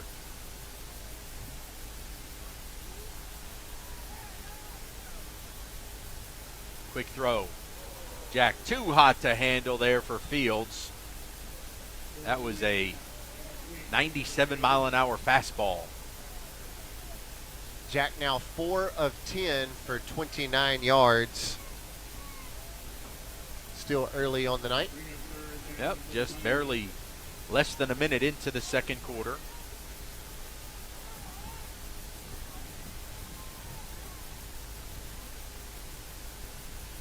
Jack looking to throw to his right. Ball was deflected, knocked down, and that will bring up a 4th down. It's now multiple times tonight that we've seen Jack Durr passes be deflected. Check it out here on the Rogers Dabbs replay. See, and they're smart. You know, they can't get back there, but they're leaping to get their hands up. Defensive line for Warren Central doing a great job of keeping their eyes on Jack Durr even as they're being blocked and then leaving the ground. So Kinji back there to punt it away. He gets it away. Good driving spiral is fumbled, muffed. But fortunately for Warren Central, they fall on it, and they will take possession at their 43-yard line. What a punt by Kinji.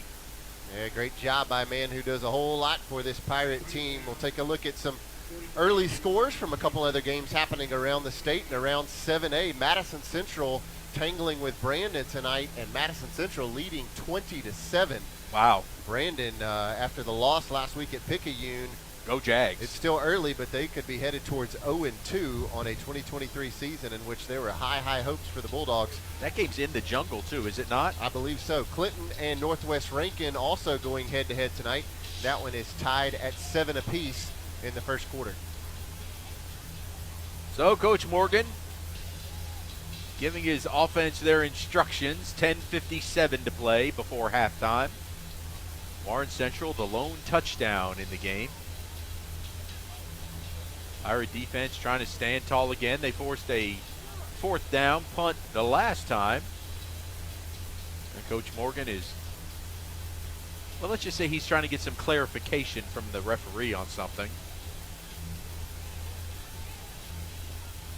Now he's going to address it, and then we're going to have a holding call. They're going to say holding against Pearl, declined.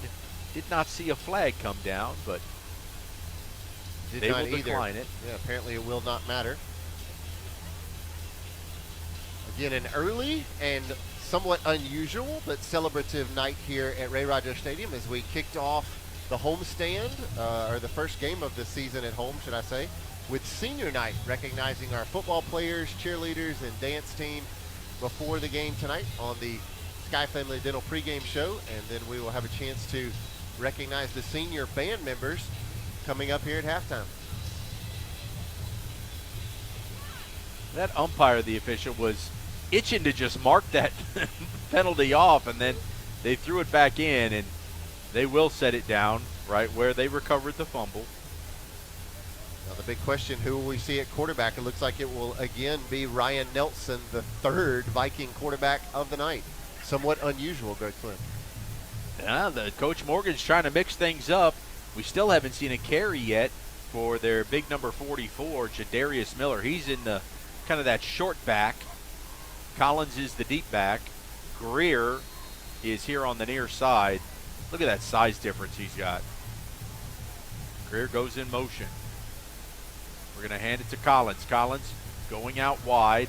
He's got some room, breaks into the second level, and dragged down a touchdown saving tackle there by Jaden Thompson. Eric Collins, who had 88 yards and 2 touchdowns last week against the Arrows. That's holding. Yeah, almost had one here tonight. No flag dropped there on the potential holding call. And 56 had a big old shirt full of Tyler Jenkins. Yeah, had it not been for Omarius Johnson, it would be 13-0 right now. Oh, 1st and 10 now from the Pirate 35. Dropped the snap, picked it up. Nelson gets it away and just kind of, boy, they were fortunate there. That could have been intercepted or could have been a sack, but it falls harmlessly incomplete. Yeah, Ryan Nelson, after dropping the snap, just trying to make something happen. Good job by Tyler Jenkins in there, getting some pressure. I believe that was Ragsdale as well who forced that one. And Damon Draper was just a couple of steps away from taking that one to the house. Did you see how good Tyler Jenkins was pushing a guy much bigger than him back into the quarterback? Tyler's just playing so well. All right, they give it to Collins. He'll look to turn the corner on the outside. Have to wait and see where they mark him out of bounds. Looks like they're marking him out for no gain, honestly. So it'll be 3rd down and 10. Tried to tightrope that sideline, Bryant, and I think he's going to just step out there, I guess. Yep. It looks like yet again, after going for it on 4th and 17 earlier, now 4th and 10, the offense stays on the field. Or 3rd and 10, excuse me. Lost count of downs. 10:09 left to play here before halftime. On 3rd and 10, Nelson back to pass. He's looking. Nobody there. He'll roll. He'll try and throw, and that ball will be incomplete. Great job again in coverage by Evan Williams as he was tracking down Jalen Winters the whole way. And Nelson tried to find him, but Williams was step for step with Winters, and now head coach Josh Morgan got another decision to make on 4th and 10. Well, I think he's decided early on that they're going to go for these 4th downs, and the offense stays out on the field. Keep an eye on where number 9 is. You know he's going to be the first option. Now he's going to rotate to the top of your screen. Let's see who will be in coverage on Maddox Lynch. It looks like it's Damon Draper with the help of Omarius Johnson over the top. All right, we're going to get a timeout. Warren Central will take it with them. 9:58 to play here in the second quarter. 7-0 Vikings. When accidents happen, our 30 minutes or less ER service pledge can mean less waiting and faster care.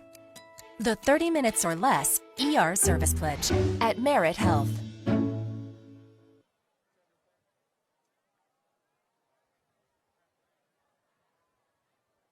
At Bob Boyd Honda, we pride ourselves in getting our customers the best deals around. Usually that means when we're selling cars, but right now, Bob Boyd is in the market to buy. we're offering top dollar for pre-owned autos, trucks, and SUVs. Come by, talk to our dedicated team, and discover what a great time it is for Bob Boyd to buy back your used vehicle. Any make, any model. Whether you're selling or buying, at Bob Boyd Honda, you get a deal.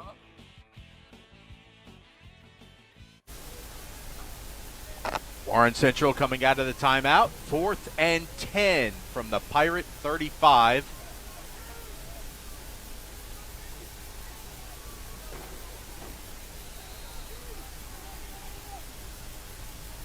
Boy, Warren Central just resetting down there. They didn't call anything.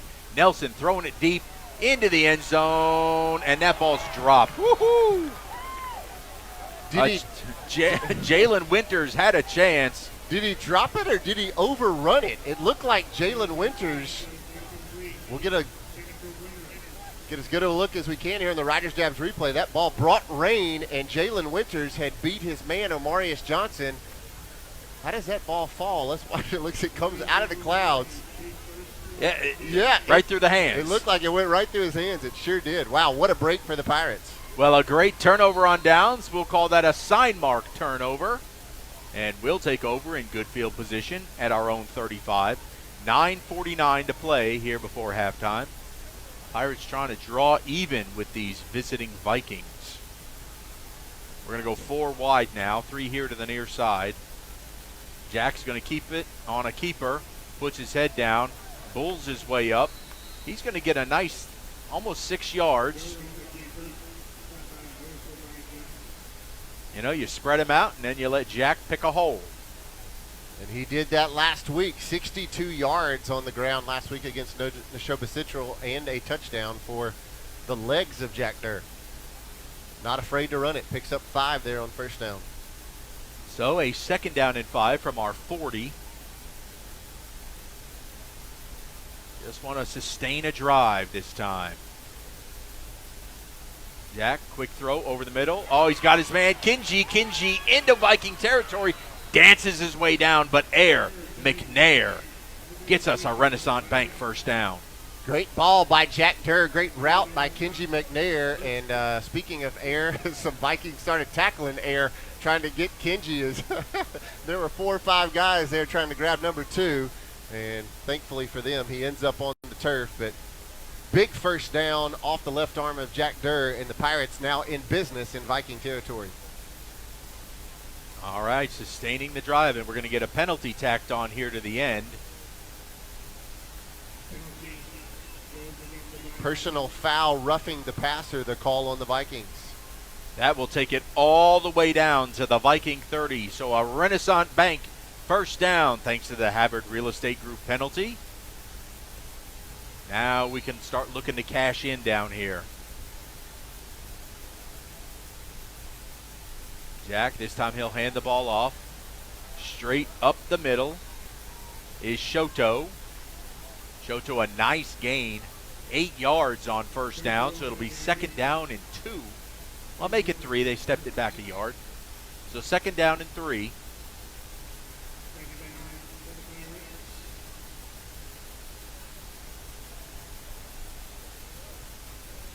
Jack going to keep it himself. He'll lean, and he's going to have a first down. Looks like at the 18-yard line of the Vikings. Renaissance Bank, let's move those chains. I like the call there by Justin Hunter and the offensive staff. Jack Durr following his running back Antoine Shoto into the hole behind the big offensive line, and the Pirates pick up a first down. And for the first time tonight, the Pirates in the red zone. And with 8:13 remaining here on the second quarter clock, we really need to capitalize on this drive. Jordan Butler shifts over to the left. Oh, Warren Central just jumped off sides, and Havard Real Estate Group's going to give us a free 5 yards.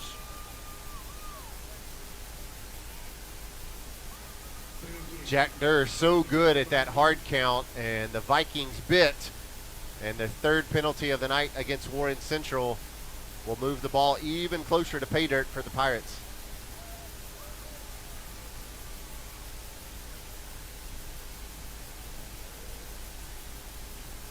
So 1st down and 5 now for Jack.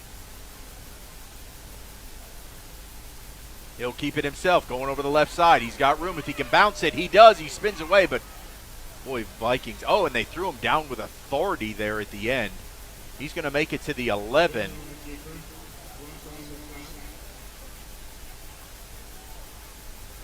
On the tackle that time, I believe, was number 19, Landon Green. Excuse me, that was 18, Ronnie Blossom, who had 12 tackles, a dozen all by himself last week against Clinton. And that time he tackled Jack Durr with some vengeance to the ground. It'll be 2nd and around 4. Jack's got Shoto behind. And Jack's going to keep it again, and Warren Central's ready that time. They were both going to get blown up. Shoto got blown up. Jack kept the ball, and he's going to lose. Looks like back to the 15. Yeah, you were right, Greg. Nothing was going to be pretty as Shoto got blown up on the fake, and then Jack got double blown up with 2 linebackers. I don't know if there were missed blocks or Warren Central came on a run blitz, but we're staring at 3rd and 7 after we had it 1st and 5. Middle of the field is open. He's going to, oh, that ball was either slipped out of his hand or was deflected. It will fall incomplete and will bring up a 4th down. Jack was hit as he threw the ball, and I'm not sure if it was the hit that caused it or they deflected it. Looks like it was the hit that caused that ball not to come out cleanly. Demby came in and absolutely laid out Shoto, which got him in Jack's face. So down 7-0 on 4th down. We're going for it. And they jumped again. Oh, and they called a timeout before the penalty flag could be thrown. We'll take a timeout with them. 6:28 to play before halftime. Pirates threatening. Come smile with Sky. Sky Family Dental of Pearl provides complete dental care for the entire family. Oral exams, cleanings, dentures, implants. Most insurance is accepted and financing is available. Call now to schedule your appointment. Come smile with Sky. Public service has always had a very special place in my heart, and to be able to do it and be a first responder as a reserve, when you're not getting paid, that's just one of the most selfless acts you can do. I think we all have a responsibility to our towns and our communities. Well, for me, it's simple. I mean, when you say local, that's what's most important to me. Our citizens inside this county, we all care for each other, and we do everything we can to help everybody out. I am Shane Fletcher with Farm Bureau, and we are the home team.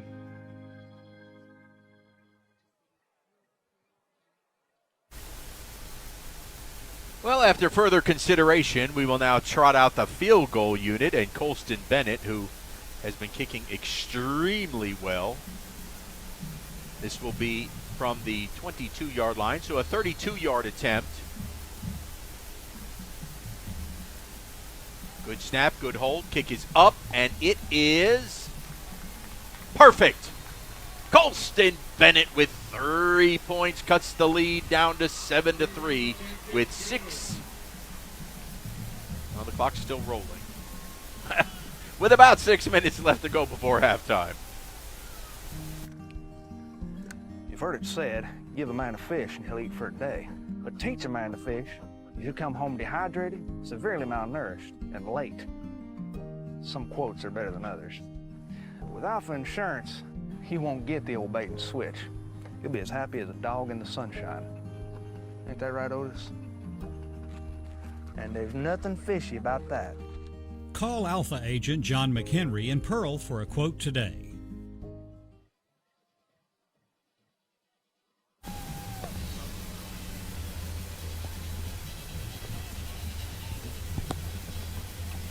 All right, the Pirates inch a little bit closer now.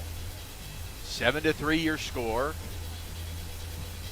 6:10 back on the clock, so 6:10 to play before halftime.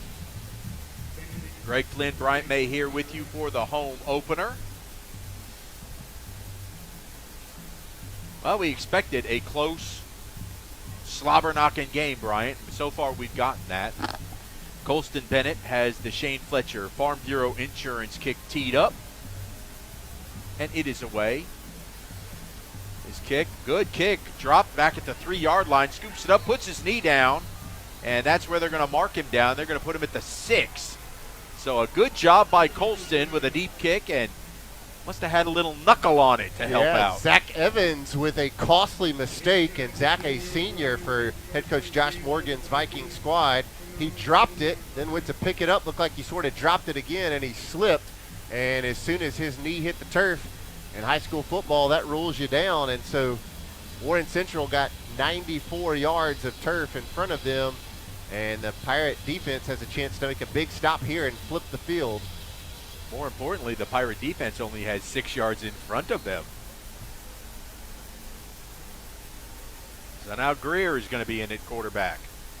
He'll hand the ball off. Big hole on the left side, pounding through out to the 13-yard line. That's number 6, Aiden Greer, the running back. Lynch, the quarterback. 9 hands off to 6, and first time we've seen Greer run the ball up the middle tonight. And a pretty effective first down run, as it looks like head coach Josh Morgan going to keep Maddox Lynch, the big 6'5" guy, in there to manage the ball right now. Well, he gives you so many close options, to the end zone. right? We've seen he can throw, and you know he can pull it down and run. Backed up in your own end. This time a handoff. Another successful. It's going to get out to the 16-yard line. That carry by Aiden Greer. Is that Greer? Yeah. Great look there from the end zone cam on the Rogers Dabs instant replay. And it's going to make it 3rd and short. Going to get a timeout. We'll get a heat timeout. 5:22 to play here before halftime.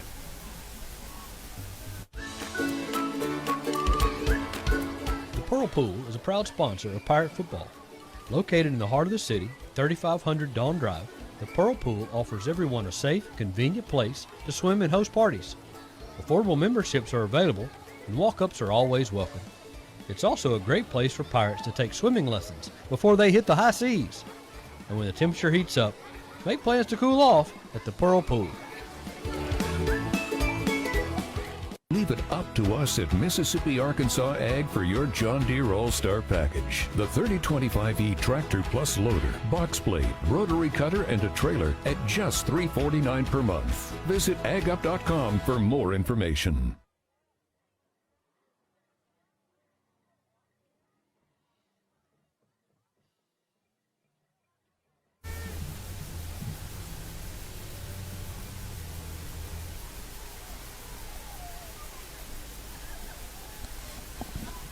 So a 3rd down and short now for the Vikings.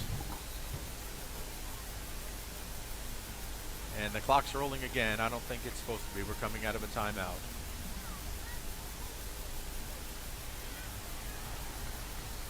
Lynch on the keeper. That's going to be a stop for the Pirate defense.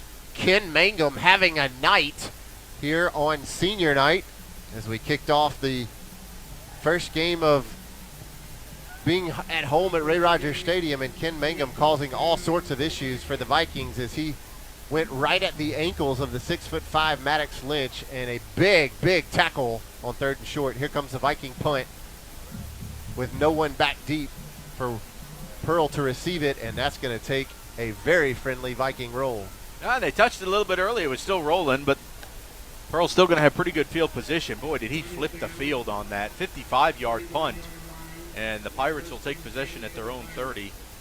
So Mr. Do-It-All, Maddox Lynch, unable to convert on 3rd and short on the run, but instead he drops back and boots a 55-yard punt to leave Jack Durr and the Pirate offense with 70 yards of turf in front of them. Pirates trail 7-3. We've got a scoreboard glitch here at Ray Rogers Stadium. Not seeing one on your screen, thankfully. 7-3. 4:33 remaining here before the half. It's been a defensive struggle so far.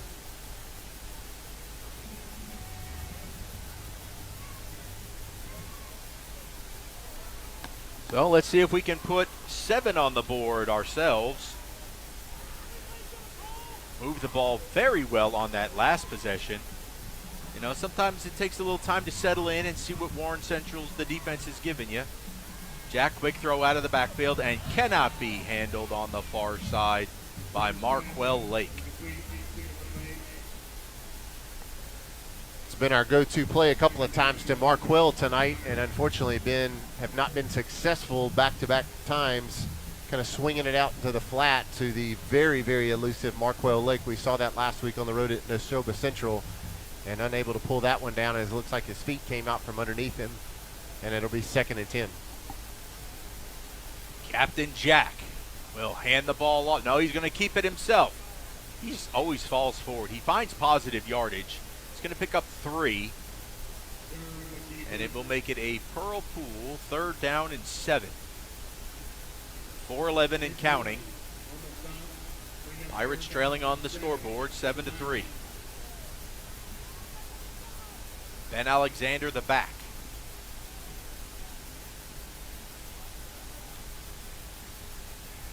Jack, he's flushed. Oh, now running for his life. And that's just very difficult. Oh, and it's caught! Kinji's got it! How did he catch that ball? Jack was blown up. And Air McNair, holy moly.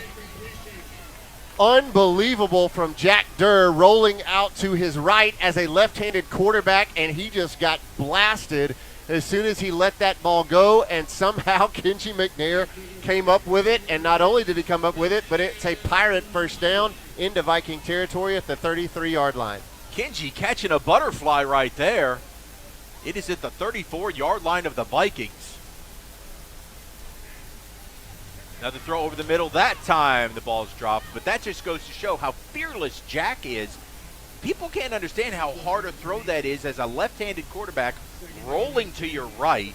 Knowing you're about to get just destroyed, and he sure did. A guy got a great lick on him. But again, tip your cap to Kenji. You teach wide receivers when your quarterback's in trouble, come back to him. And I'm not sure where Kenji's route started, but he did a great job of coming back towards midfield, somehow able to grab the dirt pass out of the air, and the Pirates in business. That last pass just thrown a little behind Kenji. Here's Jack. He's going deep for it all. He's got a man. It's Shaden McCollum. Arg! And the baby powder flies from the student section. That's Pirate football.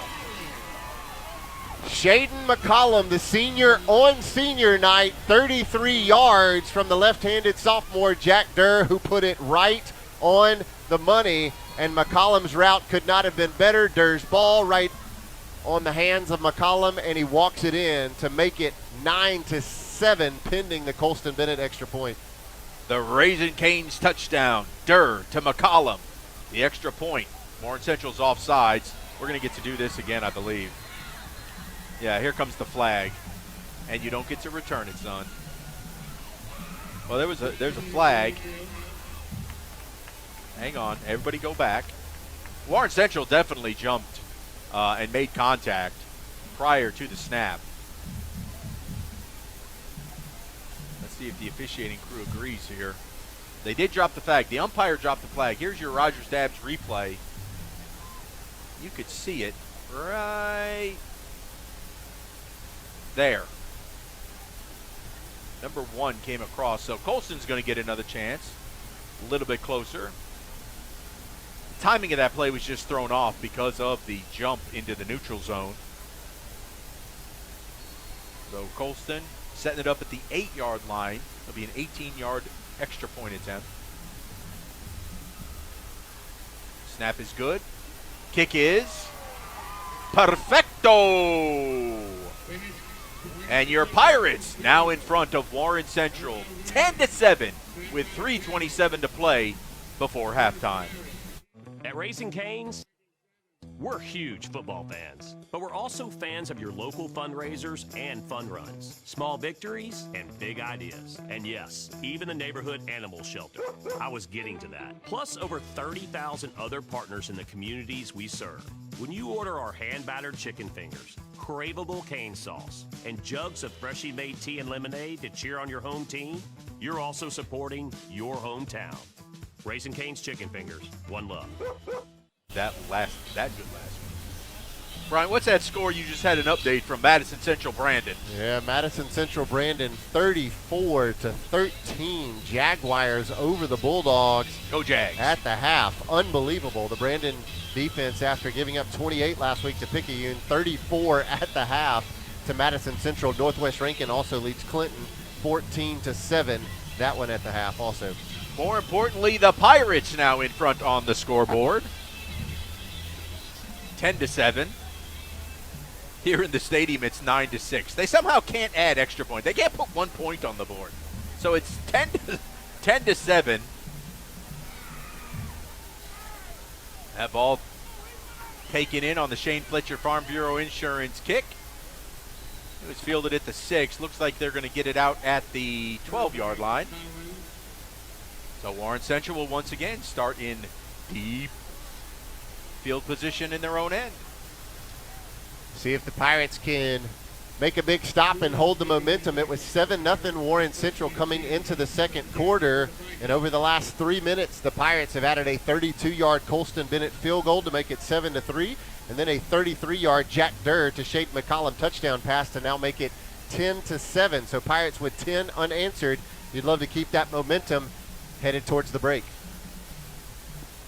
So from the 17, here's a handoff coming here to the near side. Oh, and our turf monster came back up and grabbed Collins.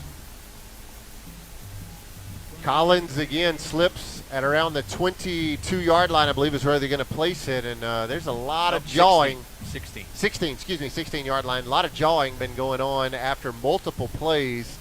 Jack Durr got a warning, I believe, on the last drive. That time Collins popped up, and he wanted to run his mouth.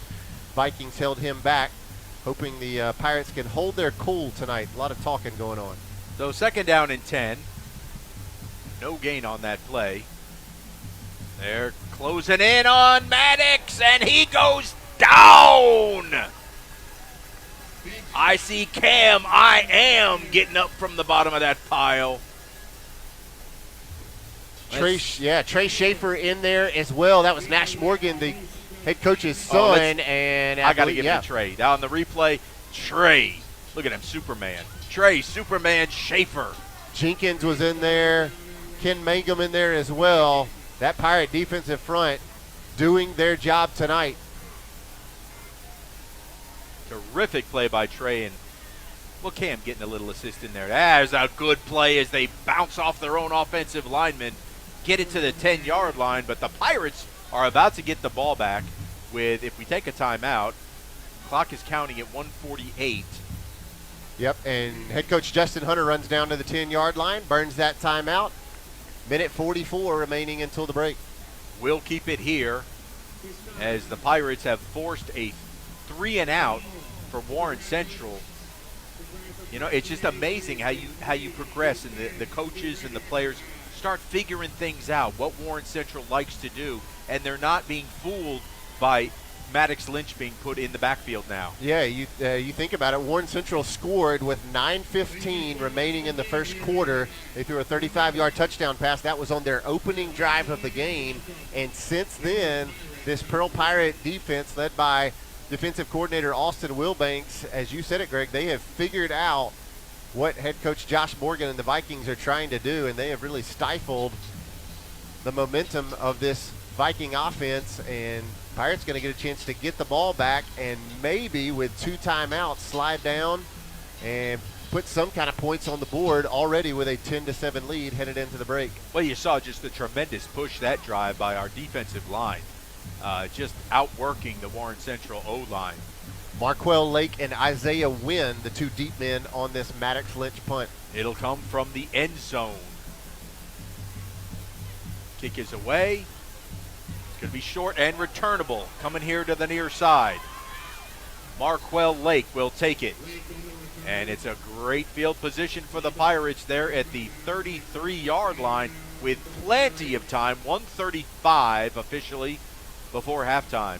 Yeah, if you're the Pirates, you could not ask for a better situation. Great job by Marquell fielding that and not trying to do too much, but just getting out of bounds. And the Pirates in great position to put up more points and take an even bigger lead into halftime.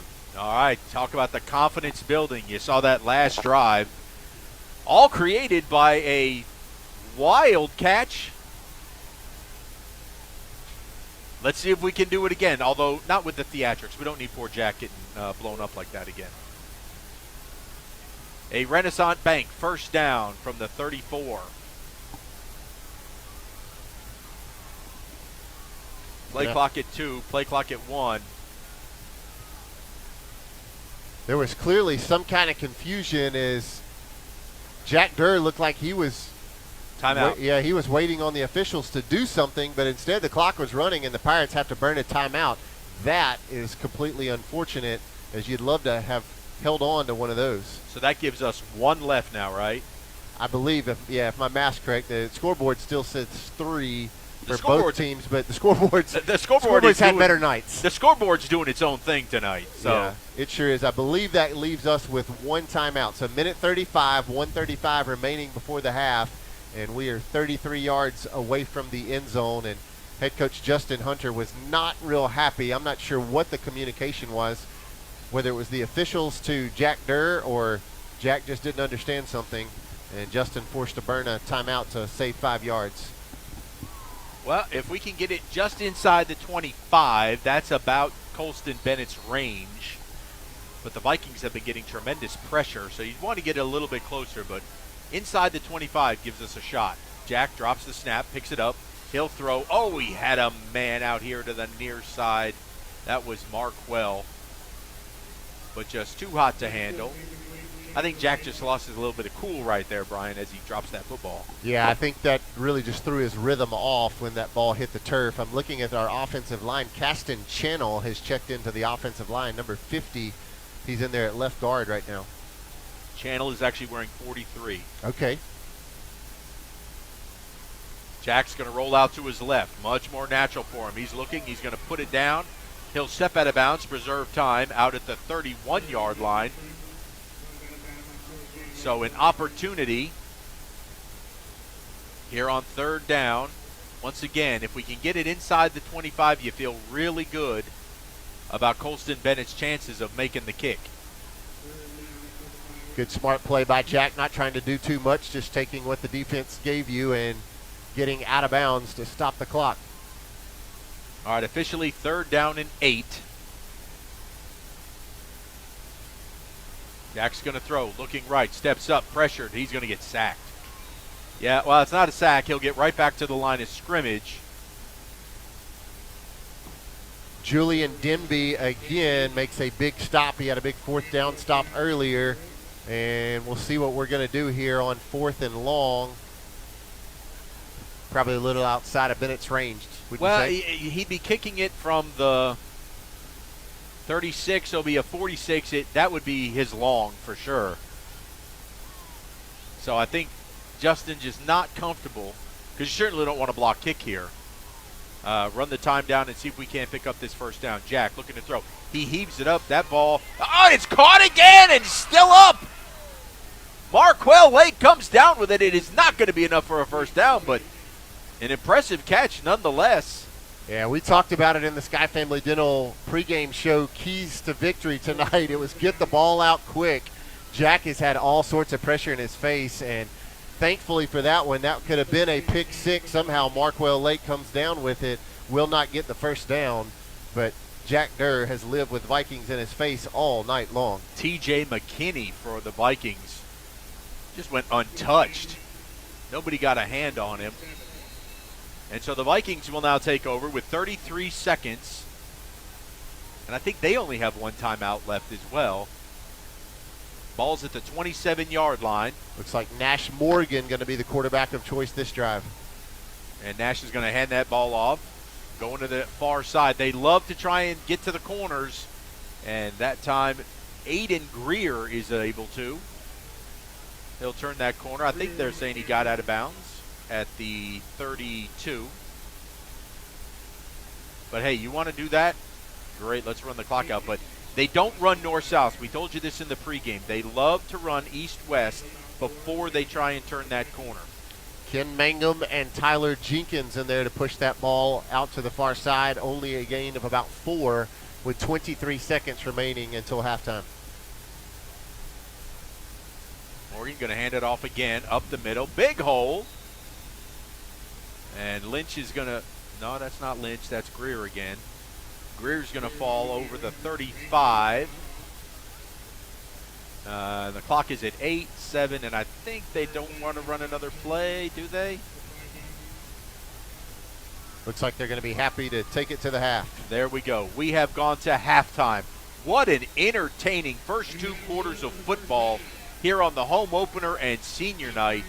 Pearl trailing most of the first half, but comes alive late in the second quarter and takes the lead into the locker room 10-7.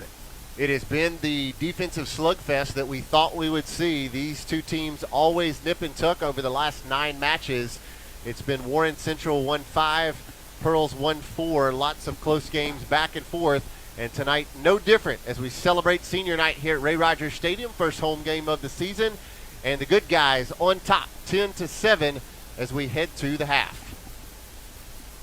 All right, we'll be back in just a few moments. You will get to see the Pearl Pirate Band. They will honor their seniors, and you'll also get to see their performance of Imagine. So stay with us. Pearl Pirate football continues here on PNB Sports. Hello, I'm State Representative Gene Newman, here to share a message to our young people and parents. There are many pathways to success. For some, it's 4-year college, which is great if you have a chosen profession.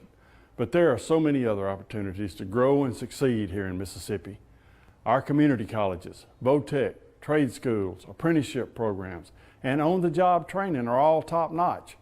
Believe it or not, there are more than 7 million good jobs available across the country, and most don't require a 4-year degree. I encourage parents to support their kids that have a love for skilled trades like construction, air conditioning repair, auto technicians, electricians, and so many others. We need a diverse workforce that can thrive even in tough times like pandemics. And remember, no matter what, every day is a great day to be a Pirate.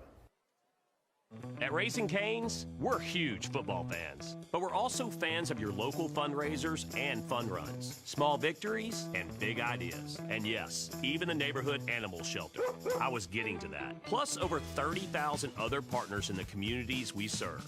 When you order our hand-battered chicken fingers, craveable cane sauce, and jugs of freshly made tea and lemonade to cheer on your home team, you're also supporting your hometown. Raising Cane's Chicken Fingers, one love. When Pirates need a feast, they sail to Mugshots Grill and Bar. Voted best burger in Mississippi for 13 years in a row, Mugshots proudly serves fresh, never frozen certified Angus beef. X marks the spot at 2 locations on the map, in Pearl and Riverwind Drive in the movie theater parking lot, and in Flowood on the corner of Airport Road and Lakeland Drive. You can dine in, take out, or order online and pick up curbside. Check out mugshotsgrillandbar.com. They say good things come in small packages. And I found the same thing to be true with small businesses. Places where you can get a good cup of coffee or a fresh haircut. Where they call you by your name and the coffee don't taste like cardboard. Well, Alpha's like that too. They're local folks who care about making sure you have what you need, like great rates for business insurance. Local just means more. Call Alpha agent John McHenry in Pearl for a quote today.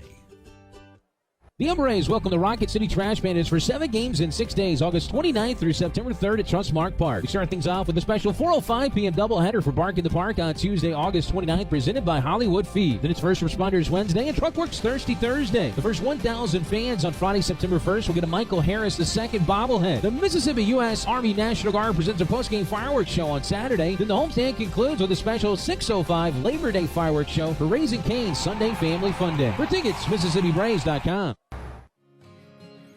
Public service has always had a very special place in my heart, and to be able to do it and be a first responder as a reserve, when you're not getting paid, that's just one of the most selfless acts you can do. I think we all have a responsibility to our towns and our communities. Well, for me, it's simple. I mean, when you say local, that's what's most important to me. Our citizens inside this county, we all care for each other, and we do everything we can to help everybody out. I am Shane Fletcher with Farm Bureau, and we are the home team. Accidents aren't planned. Mississippi Sports Medicine Orthopedic Urgent Care. You're in, you're out. You're better.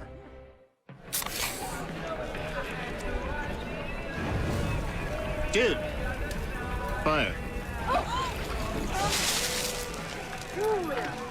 Grill master, huh? Burgers, better with Pepsi. It's 4th down, seconds on the clock. He hands it off, finds a hole in the middle. Clear, nothing but Brian, move! Incredible. A touchdown for the win. I can't believe it. Pizza, better with Pepsi. When you step into Rogers Dabb Chevrolet, it's time to buckle up because you're in the driver's seat. Voted as Brandon's favorite dealership, we've worked hard to earn your trust. Whether you're buying or selling a car, you call the shots. We put your needs first and always work hard to make sure you're satisfied. With our expansive inventory and financing options, you can drive off the lot today. Come on down to Rogers Dabb Chevrolet. It's easier here. The Blue Feather Bakery is a proud supporter of PMB Sports and Pearl Pirate football. Located at 2511 Old Brandon Road in Pearl, they specialized in baked goods such as cookies, petitfours, macarons, cheesecakes, chess squares, and special order cakes. Stop by and enjoy a custom cup of coffee and daily lunch specials. Follow the Blue Feather on Facebook or give them a call at 601-966-5655. 3939. Welcome to Sky Family Dental, where our mission is to provide the finest care available. Here at Sky Family Dental, we strive to help patients live healthier lives. We provide a caring, nurturing environment where your comfort and health is of primary importance. Our staff is dedicated to providing you with a pleasant visit and results that you're proud to show off. We provide all services, including dental exams, child dentistry, dental fillings or implants, tooth extractions, and more. See us at Sky Family Dental, and a bright, healthy smile can be yours. At Raising Cane's, we're huge football fans, but we're also fans of your local fundraisers and fun runs, small victories and big ideas. And yes, even the neighborhood animal shelter. I was getting to that. Plus over 30,000 other partners in the communities we serve. When you order our hand-battered chicken fingers, craveable cane sauce, and jugs of freshly made tea and lemonade to cheer on your home team, you're also supporting your hometown. Raising Cane's Chicken Fingers. One love. At Bob Boyd Honda, we pride ourselves in getting our customers the best deals around. Usually that means when we're selling cars, but right now, Bob Boyd is in the market to buy. we're offering top dollar for pre-owned autos, trucks, and SUVs. Come by, talk to our dedicated team, and discover what a great time it is for Bob Boyd to buy back your used vehicle. Any make, any model. Whether you're selling or buying, at Bob Boyd Honda, you get a deal. When something works this well, Paying bills? This site is so comprehensive. I do all my banking online. More time for coffee? you want to get others excited about it too. Yes, honey. They're very conscientious, and they're about helping us map out a plan for our future. It's nice to know we make a It was difference. so easy. They had lots of creative ways to help me afford the loan for the cutest car I've wanted And for that a so great long. bank is a really important thing to have. Comprehensive, conscientious, creative, community bank like no other bank you know. Hey, I'm Matt, and a little thing I love about the Chick-fil-A chicken biscuit is the freshly baked, flaky, buttery biscuit. When I take a bite, it's kind of like, crispy, soft, crispy. Crispy outside, soft interior, crispy chicken. There's really nothing like it. Hey, I'm Alexa, and the little thing that I love about the Chick-fil-A chicken biscuit is the chicken itself. It is more than scrumptious. It is more than delicious. It is scrumptiddlyumptious. I know that's not a real word, but I love it. The Pearl Pool is a proud sponsor of Pirate football. Located in the heart of the city, 3500 Dawn Drive, the Pearl Pool offers everyone a safe, convenient place to swim and host parties. Affordable memberships are available, and walk-ups are always welcome. It's also a great place for Pirates to take swimming lessons before they hit the high seas. And when the temperature heats up, make plans to cool off at the Pearl Pool. So when are you going to give me back for the pizza? Oh, personal foul. Let's give him a Renaissance replay. Make a successful handoff when you transfer funds to friends and family with Zelle and the Renaissance mobile app. When you're ready to make a move in Pirate Country, contact Penny Pitts with Havard Real Estate Group in Pearl. Penny is a multi-million-dollar producer and loves to help her clients find the home of their dreams. If you are a first-time home buyer or ready to upsize or downsize, she is the agent for you. Penny is a Pearl High School graduate and an avid supporter of Pirate athletics. Make your move with the home team. That's Penny Pitts, Havard Real Estate Group.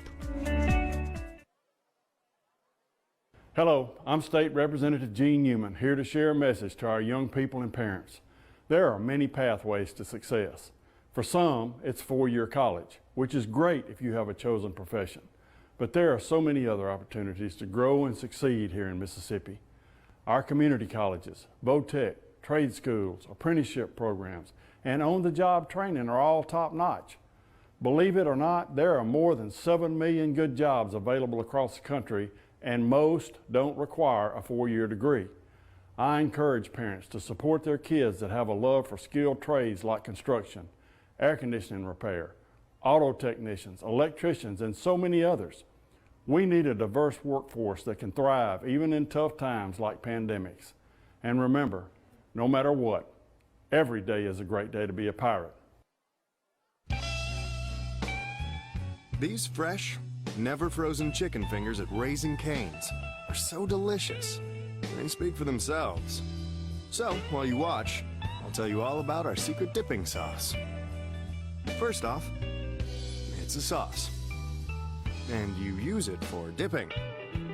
That's all I can tell you. Because it's, secret. Raising Cane's. One love.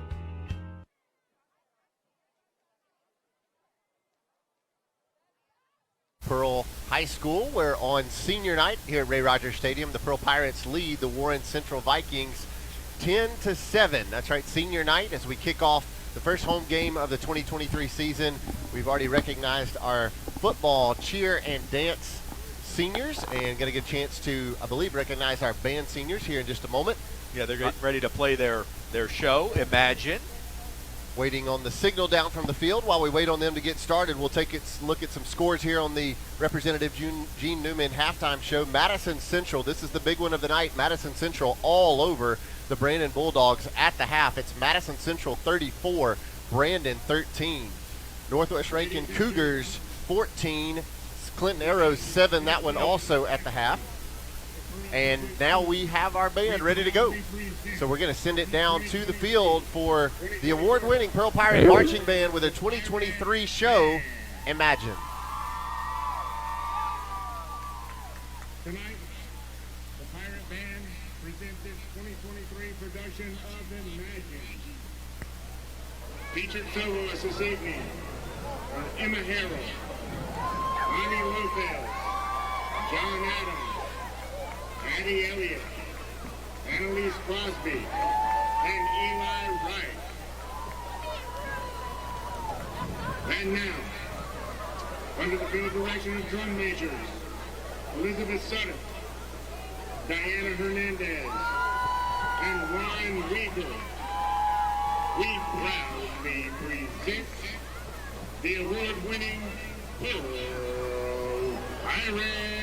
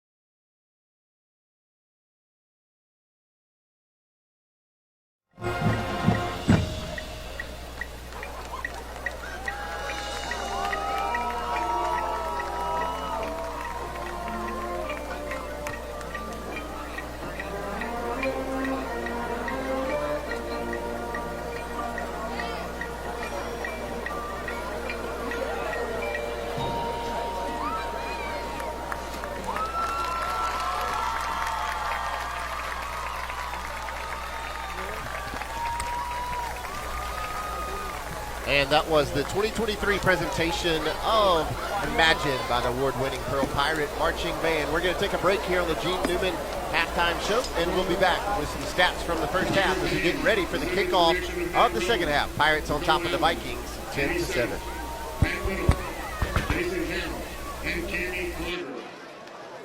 Hello, I'm State Representative Gene Newman, here to share a message to our young people and parents. There are many pathways to success. For some, it's four-year college, which is great if you have a chosen profession. But there are so many other opportunities to grow and succeed here in Mississippi. Our community colleges, VOTEC, trade schools, apprenticeship programs, and on-the-job training are all top-notch. Believe it or not, there are more than 7 million good jobs available across the country, and most don't require a four-year degree. I encourage parents to support their kids that have a love for skilled trades like construction, air conditioning repair, auto technicians, electricians, and so many others. We need a diverse workforce that can thrive even in tough times like pandemics. And remember, no matter what, every day is a great day to be a pirate. These fresh, never frozen chicken fingers at Raising Cane's are so delicious. They speak for themselves. So, while you watch, I'll tell you all about our secret dipping sauce. First off, it's a sauce. And you use it for dipping. That's all I can tell you. Because it's, secret. Raising Cane's. One life. When pirates need a feast, they sail to Mugshots Grill and Bar. Voted best burger in Mississippi for 13 years in a row, Mugshots proudly serves fresh, never frozen certified Angus beef. X marks the spot with 2 locations on the map, in Pearl and Riverwind Drive in the movie theater parking lot, and in Flowood on the corner of Airport Road and Lakeland Drive. You can dine in, take out, or order online and pick up curbside. Check out mugshotsgrillandbar.com. All right, we're back, and they're about to honor the Pearl Pirate Band seniors for the 2023-2024 school year. We hope you enjoyed that production of Imagine. It is really already so sharp. I can't wait to see it by the end of the year. They really have it mastered. But you can see if we can, yep, they'll step forward for each one. They're putting their pictures up on the scoreboard. It's a video that is voiced on the scoreboard.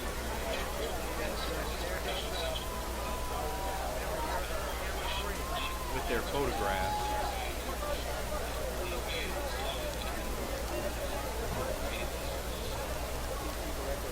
They're introducing Michael Brown now. Madeline Cannon on the clarinet.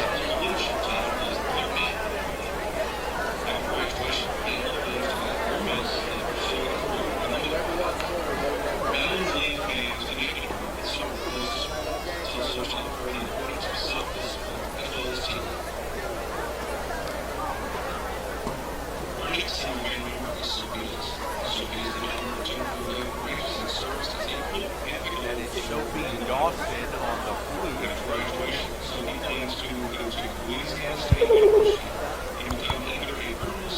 Band director Matt Rowan. Recognizing each one of his seniors down the line. We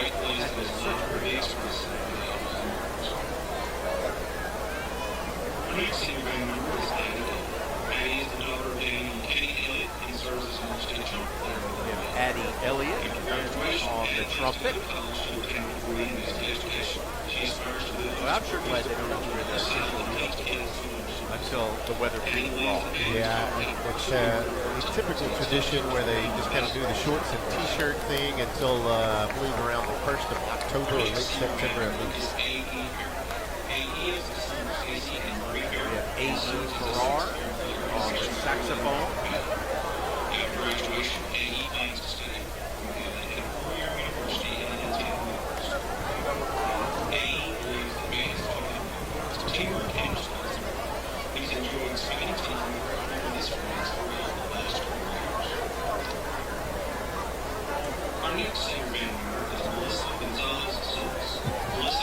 Melissa Gonzalez Solis on the saxophone. Did you ever play an instrument, Brian? I did, actually. I played the trumpet through 8th grade. How did that work out? It was all right. I hung it up to play sports. If I brought you a trumpet right now, would you play it? Probably. It's been a minute. It's almost like riding a bike. I might can make a couple of notes come out, but I don't know how musical they would be. This young man, Jax Harvey, on the trumpet. I'm going to go with Jax over myself.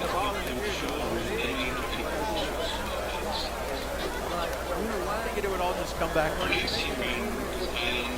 We have Miss Ayana Johnson on the bass drum. I gave drums a shot when I was younger. I was never coordinated enough to keep the, what do they call that, the roll going? The drum roll.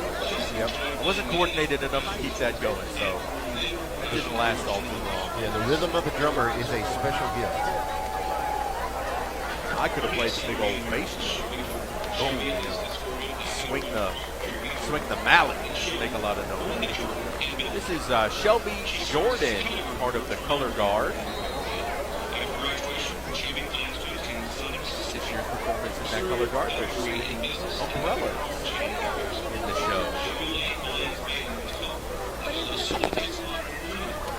Kind of very singing in the rain like, or I guess because it's Disney, very Mary Poppins, right? All right, now we have Hayden Ketchum on the sousaphone. That's what's fun just to say. I think that's kind of like the big, the tuba. It's very similar. Yep. You've got to have a lot of strength to be able to not only carry that thing and play it, but then march with it. That's right, for multiple minutes. All right, Katie Lane on the mellophone.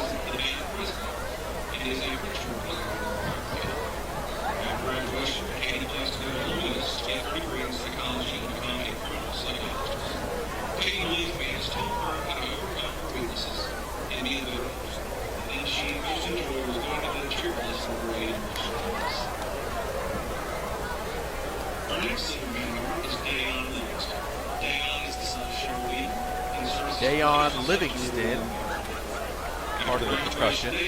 Great. Heard it here from Jack said we're doing great.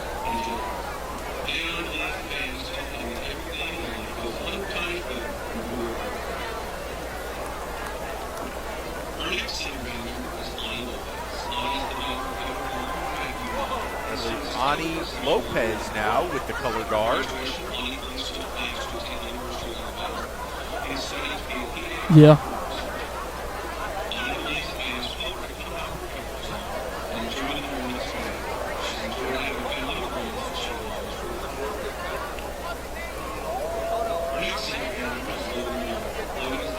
Next up, Logan Malone, also in the percussion.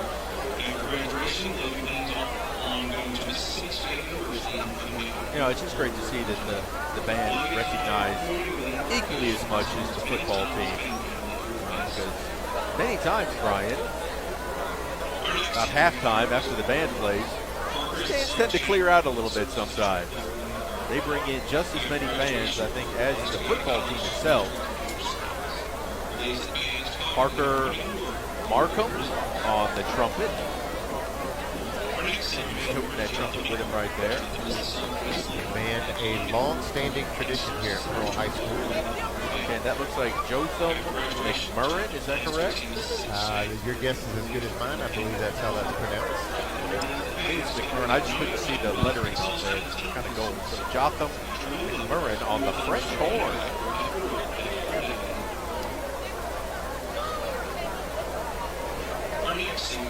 Timothy Pepper on the baritone.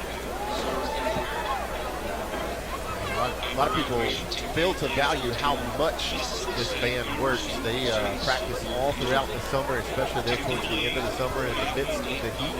They're out learning their routine to get ready for football season, just like the football team is. They practice identically to the football team because as you're here at football practice, the band is practicing just on the other side of the field house, in the field, in the same heat. They follow the same rules of the wet bulb, so if the football team was out here, they were out there. This is Catherine Robbins on the trombone, learning to love the trombone. My 10-year-old Jack is in the 6th grade band over at the junior high school. He's been assigned the trombone. Waiting for it to not sound like somebody stepping on a key. Right now, it's still where it is. They're learning the notes. We all have to start somewhere. 100%. And I watch it and listen to it and just love the sound of it. Ava Robinson now, she too on the trombone. Now Andrew Shanahan, a trumpeter.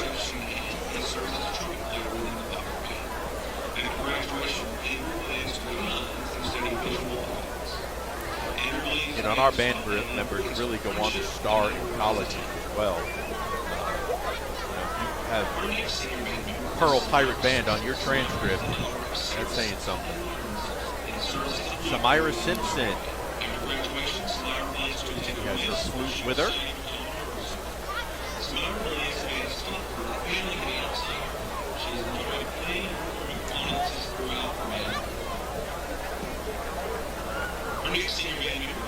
Now Elizabeth Sutton, our drum major. One of our drum majors.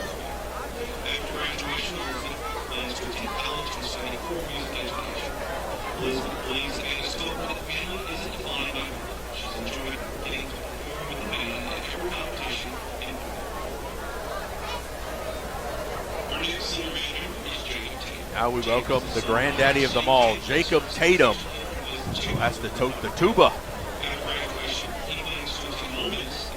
That takes some real skill.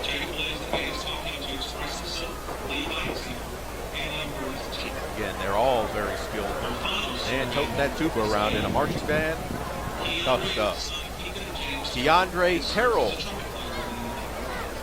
one of our trumpets as well.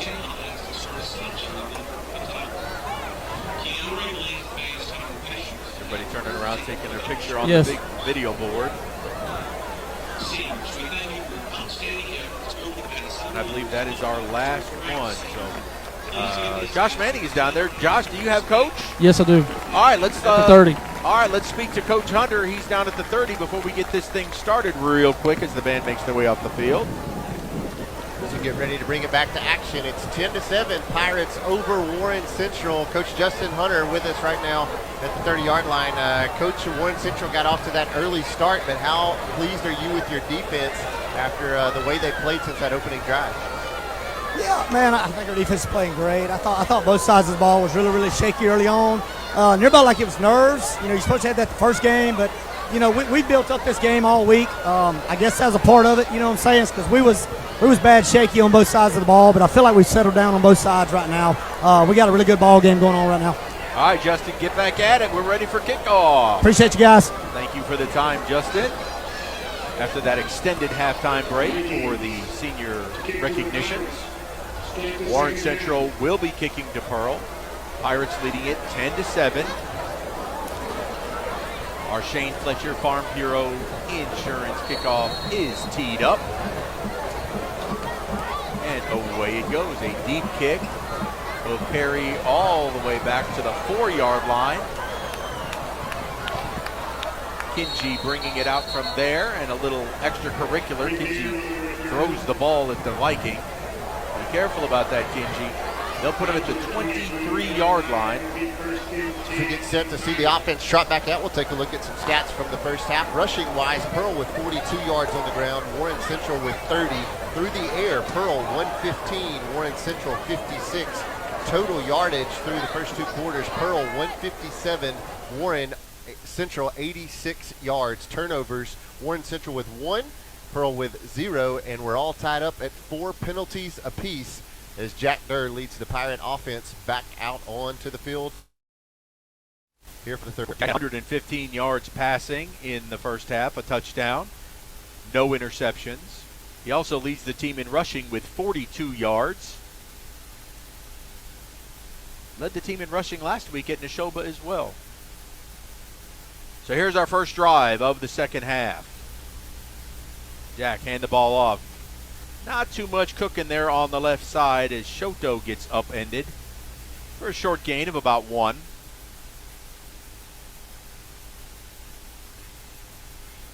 Marquell Lake, Greg, feels like he's been used almost exclusively on the offensive side of the ball. Well, we saw that last week, and talking to the coaching staff during the week, they're just like, Marquell gives us the best shot on offense, so that's where we're going to use him. Now Jack's going to throw, looking out to the outside. He completes that ball. Will fall forward, very close, and it looks like it will be a first down for Shaden McCollum. Shaden McCollum with the lone Pearl Pirate touchdown in the first half. And Shaden with another catch there. Shaden had the one catch for 33 yards and a touchdown in the first half. Adds on a second one, and Shaden, one of our 18 seniors that we're recognizing tonight on senior night. So a Renaissance Bank first down and 10. We'll try and run it again. This time Jack's going to keep it.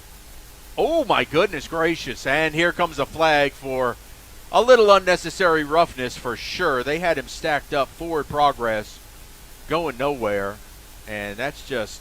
Yeah, and that is Julian Demby, the 6'1", 204-pound senior, and he's going to cost Warren Central there for 15. I mean, that's a unnecessary suplex right there. We are playing football, not WWE. So the Havard Real Estate penalty puts us up to the 48-yard line. Thank you very much. Jack back to pass, looking, he pulls it down. Now he'll throw out into the flat. He's got Kinji. Kinji making guys miss. Inside the 40 to the 35. And the elusive Air McNair picks up a Renaissance Bank first down. Kinji McNair, 3 catches for 63 yards in the first half. 2 more now already here in the second half. And great job by Jack Durr getting outside the pocket, buying some time, and finding his go-to man, Kinji. Jack hands it off to Shoto. Shoto into the second level. He's crossing the 30 to the 29, and a nice pickup on first down. Jack's kept that one a number of times, and so the defense had to hold and make sure Jack gave it up. Little face mask there at the end. Hey, the offensive line created a nice pocket there for Shoto to run into. Second down and 4. Jack gives it to Shoto again. Into the open field, inside the 20, down to the 10. And a big first down once again. Renaissance Bank moving those chains down the field. 19 yards on the carry from Antoine Shoto as he got to the outside. Great block by Kinji McNair that you see there on the Rogers Dab instant replay. And the Pirates now in the red zone, knocking on the door with a 10-7 lead here in the third quarter. 10:08 to play here in the third. Jack looking to quick throw. He does. It's caught. Air McNair gets an R. Kinji finds the end zone. From 12 yards out, stop me if you've heard it before, it's Durr to McNair for his third touchdown of the 2023 season. And Kinji caught it, and the defender did not have a chance. Jack put it right on the money. And the Pirates now up 16-7, pending the Colston Bennett extra point. Captain Jack threaded the needle there on the Raising Cane's touchdown. Isaiah Wynn, the holder. Good snap, good hold. Kick is up.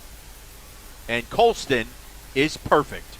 10:02 to play here in the third. Pirates now in front by 10, 17-7. When accidents happen, our 30 minutes or less ER service pledge can mean less waiting and faster care. The 30 minutes or less ER service pledge at Merit Health.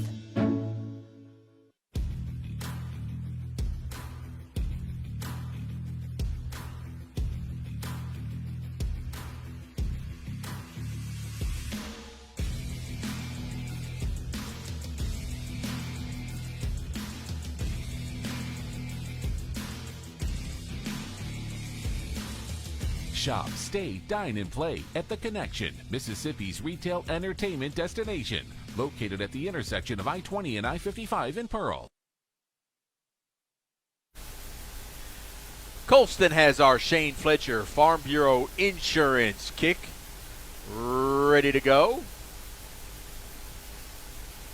He puts his foot into it. This ball will be a little shorter. It's going to hug the sidelines, but just go out of bounds. So that's going to give Warren Central some excellent starting field position out at the 35-yard line. But another impressive drive, aided by the unnecessary roughness penalty, but still Jack to Shaden, Jack to Kinji. It was just moving it right down the field. Jack Nair continues to impress, a sophomore with so much composure, patience in the pocket, no need to rush anything, and perhaps the biggest statistic, Greg, through, what would it be now, 6 quarters into the 7th quarter of the 2023 season, Jack Nair with zero INTs. It's that patience and confidence that he's grown into. All right, so Nash Morgan's going to be the quarterback. True freshman. Quick throw. Little wide receiver screen. We've got it sniffed out, and what a play on the far side by Antonio McFarland. Yeah, watch this wide receiver screen, and Maddox Lynch, the biggest guy on Warren Central, had the assignment of blocking Antonio McFarland, and he did not do his job. He fought that off. Antonio just fought off the big fella. Great job by number 5. Loss of 4, 2nd down and 14. Now Lynch will move in at the quarterback position. Very versatile. He can throw, he can run it. He will keep it himself, going up the gut. He will get planted at the 40-yard line. So a pickup of 9 will bring up a Pearl Pool 3rd down and 5. Good job by Amarius Johnson coming up from his safety spot, just putting his head down underneath the massive humanity that is Maddox Lynch, all 6'5", 234 pounds of him, but Lynch picks up about 9 on that 2nd down carry and a big Pearl Pool 3rd down.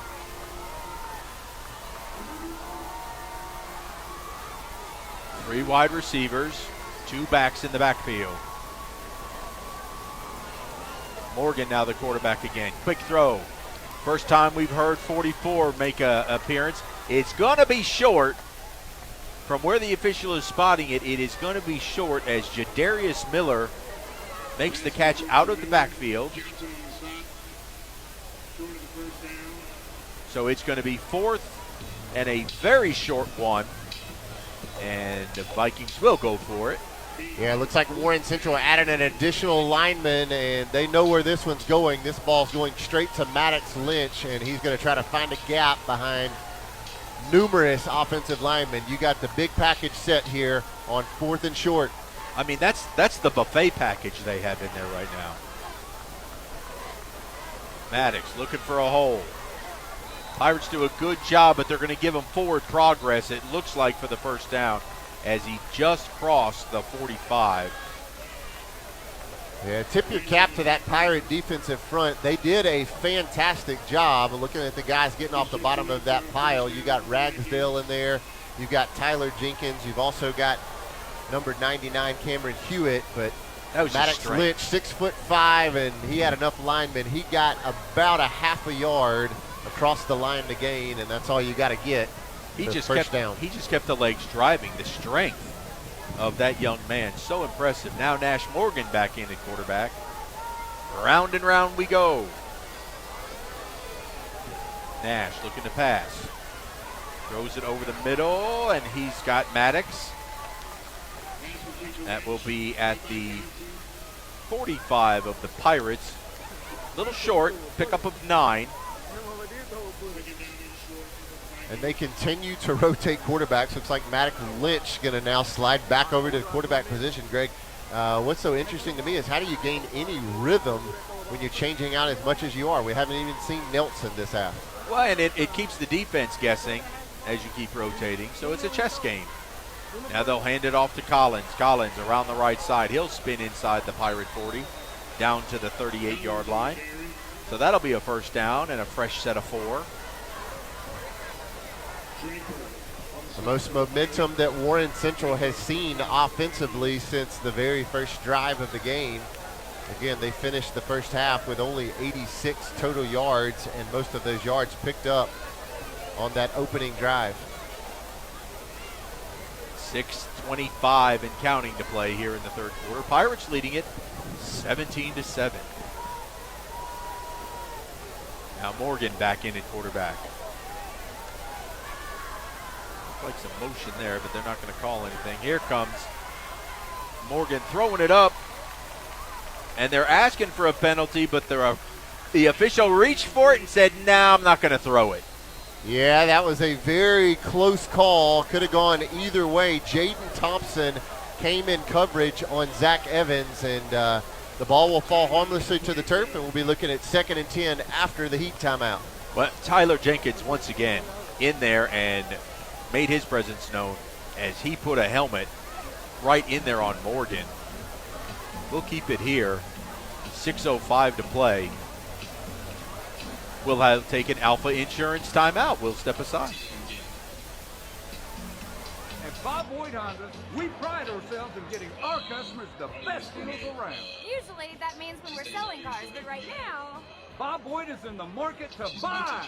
we're offering top dollar for pre-owned autos, trucks, and SUVs. Come by, talk to our dedicated team, and discover what a great time it is for Bob Boyd to buy back your used vehicle. Any make, any model. Whether you're selling or buying, at Bob Boyd Honda, you get a Deal. So you've injured your shoulder or your knee? And of course you want the best care and the best doctor available. The doctor on the left treats shoulders and knees and ankles and hands, while the Mississippi sports medicine doctor on the right specializes in one body area and one area only, treating thousands of patients a year. Trust your medical care to one of our true specialists. Mississippi Sports Medicine. We specialize for you. Taryn Green takes the jet sweep, and he's going to cross the 35. Looks like they're going to give him the 32-yard line. Bring up a third down, a Pearl Pool, 3rd down and 5.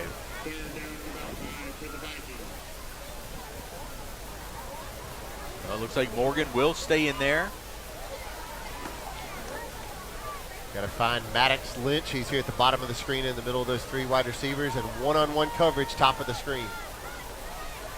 Morgan pressured. He's going to throw a little screen pass. Collins can't handle it. That's incomplete.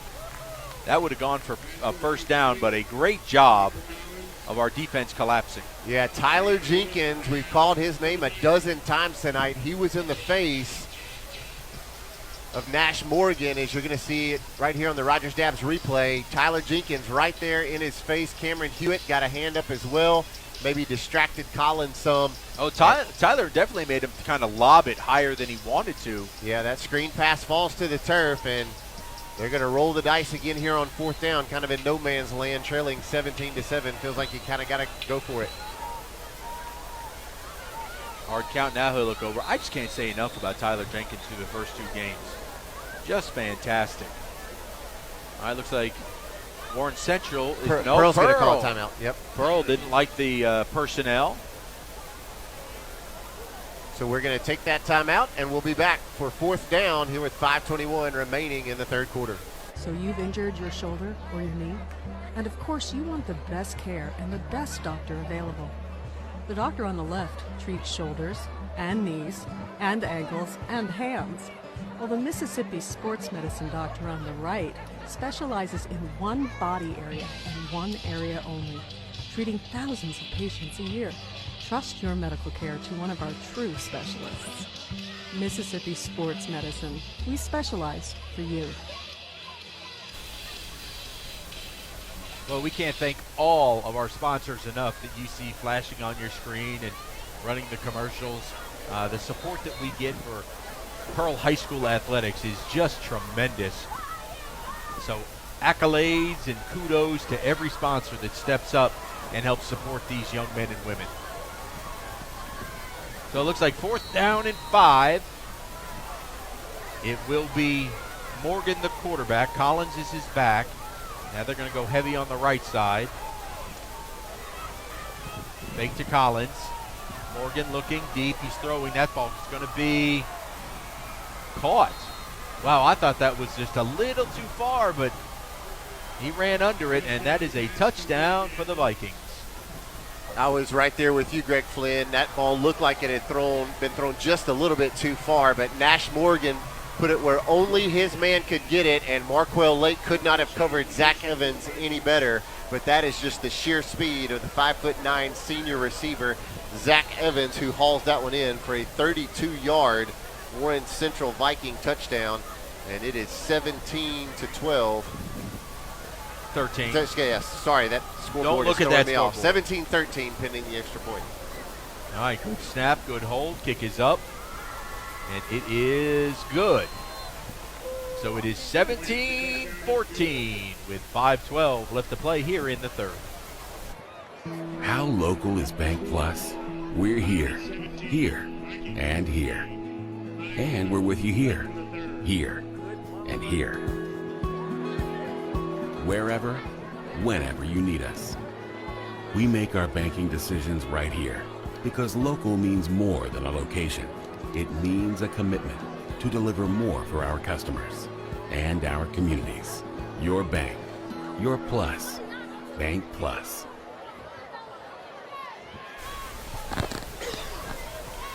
The Vikings are teeing up our Shane Fletcher Farm Bureau insurance kick. Pirates going to get the ball back. Now up by 3. 5:12 to play. 5:12 to play here in the third quarter. Greg Flynn and Bryant May here with you from Ray Rogers Stadium. And the kick is away. Be a deep kick taken in at the 2. Kinsey trying to get to the near side. He's going to be tripped up and pushed out of bounds. Looks like at the 18-yard line, so that's where Jack Durr will lead the offense out. Check in on a couple of other 7A scores happening around the state as you take a look at that Kenji McNair kickoff return. Madison Central continues to lay it on the Brandon Bulldogs. It is Madison Central Jaguars 40, Brandon Bulldogs 20. That's a third quarter score from the jungle in Madison. Brandon looking to fall to 0-2. And right now Northwest Rankin on top of the Clinton Arrows 21-14. That one a fourth quarter score, and Clinton would also fall to 0-2 tonight after losing to these Warren Central Vikings last week. Hey, go Jack. On first down, here's Captain Jack. He'll have to elude pressure. Just looking, maybe throw it away. No, he's going to run out of bounds. He's still going to get positive yardage. He picks up a yard. There's a flag dropped around the 18-yard line, and that is typically where the offensive holding is called. So, well, it couldn't be holding. My goodness, they got back there too fast. At least one or two of them did, but we apparently held someone else. It'll be the second holding call of the night against Pearl. Half a dozen penalties on the night so far, and that'll back us up. So the Havard Real Estate Group penalty moves us into the lower rent district back here. We're going to move that ball to the 9-yard line.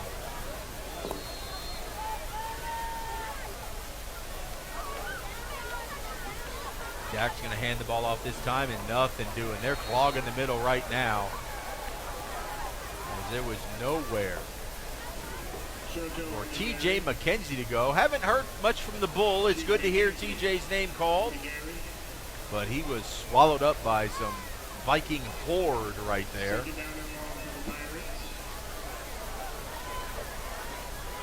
We've got second down and 20. Jack fakes the handoff, looking. He'll throw out to his left side. That ball's complete on the far side. Marquell Lake has it. He's going to be pushed out of bounds at the 19. I believe that was actually Shaden McCollum, long way across over there. Yeah. Yep, number 8 on senior night, reeling in yet another one. Shaden's had a really good night. Great ball from Jack Durr, throwing it all the way across the field to the far side. And tip your cap to the Warren Central secondary, number 22, Roosevelt Harris, who made a great open field tackle against McCollum. 3rd down and 8. Jack looking out this way. Now he's looking for Lake. He let it go through his hand. I don't think he would have picked up the first down because the defense was closing, but couldn't bring that one in.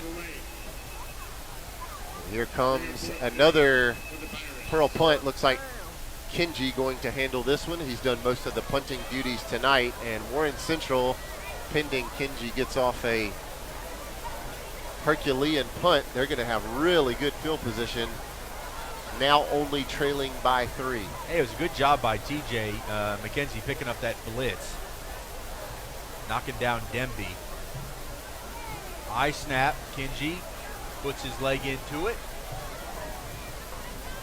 Almost touches a Viking. It's going to turn out to be a pretty darn good punt. Takes a little Viking roll at the end, and they're going to take possession in their own territory at the 45. So a yeoman's effort there from Mr. McNair. 35 yards on the punt, but we've got a flag, Greg, dropped here literally on the sideline, on the white paint at the 43-yard line. Gotta wonder if that was a gunner went out of bounds. Yeah, I don't know if somebody went out of bounds, or we get a sideline warning, or sideline warning. Yep. So I'm correct. That's initially a warning, correct? Yes. On the second one they penalized. The second one there'll be yardage added onto that. So first one is don't do that again. 34 yards on the Kenji McNair punt, and we'll see who comes out in the rotation of quarterbacks for head coach Josh Morgan. Looks like he's going to send his son out, Nash Morgan.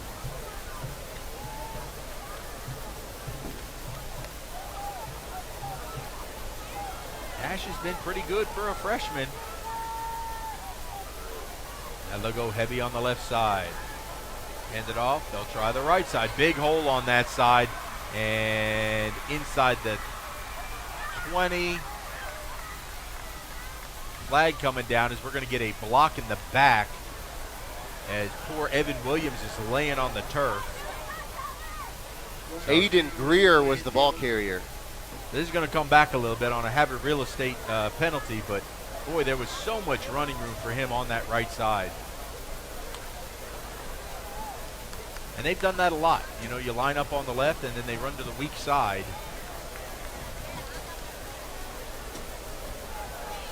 They're going to mark this penalty off from the 21.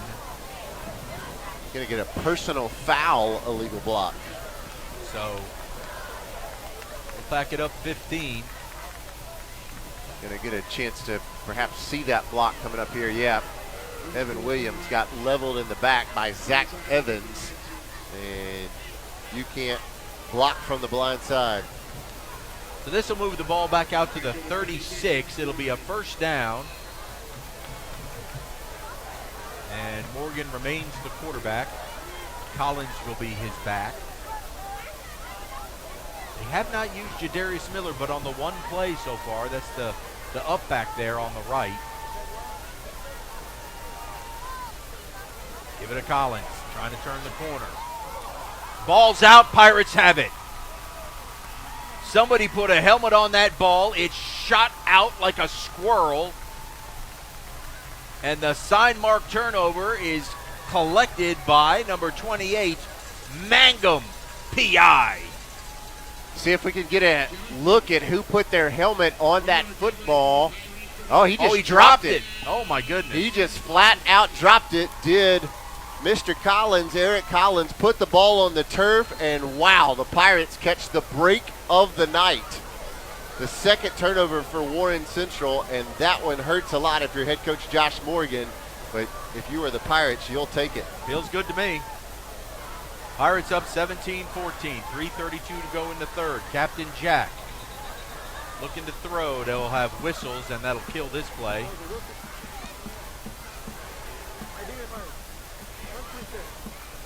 Wait for the call on the Havre Real Estate Group penalty. It'll be false start against the Pirates. So we will back it up 5 and see a 1st and 15 from the 29.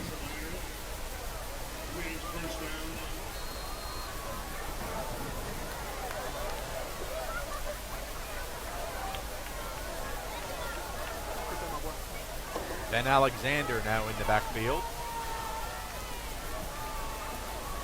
Jack, quick throw, looking. Oh, he's going to get swallowed up.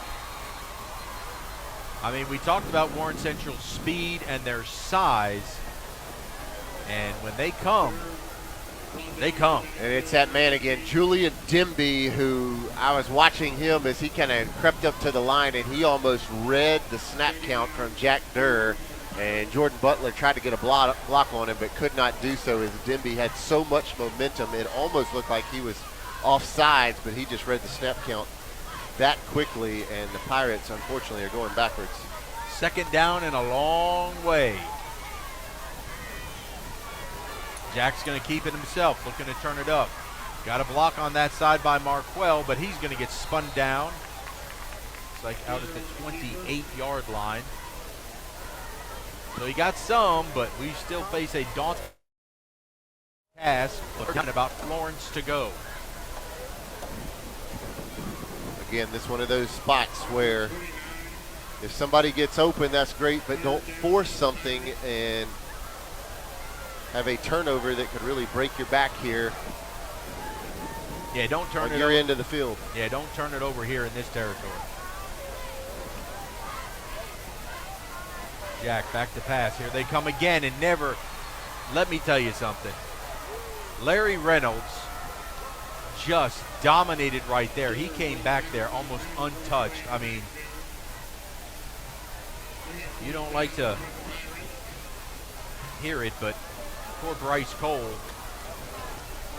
filling in at that tackle spot tonight was no match that time. So now Kinji again. We're going to try and see what magic he can make. Moves, gets the snap. Oh, look at this punt. That was a sidewinder taken in all the way back, and the Pirates are going to not only put him down, but we're going to get a penalty flag, I believe, against the Vikings. That turns out to be huge. Yeah, a 40 or so yard punt from Kinji McNair. Yeah, 40 yards on the boot from McNair, aided by what's going to be another block in the back penalty, the 7th penalty of the night against Warren Central. And wow, we needed that flip of the field some kind of bad after a woeful offensive possession. This will be tacked on, a block in the back. McFarland was, you know, that's the thing. Warren Central, yes, they're big, they're strong, and they're fast, but you know what? They commit a lot of, like, unnecessary penalties. They block in the back, extracurricular. They've had a rough in the passer tonight, 2 offsides. I mean, and that was just straight up. He put his 2 hands on the back of the 5 and pushed, did Chester Savage. I guess he wanted to just get his name called. So 1st and 10 from their own 30 now.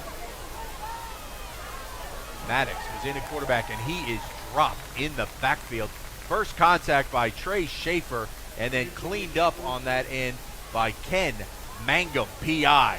Great look here from our end zone cam on the Roger Stabbs instant replay.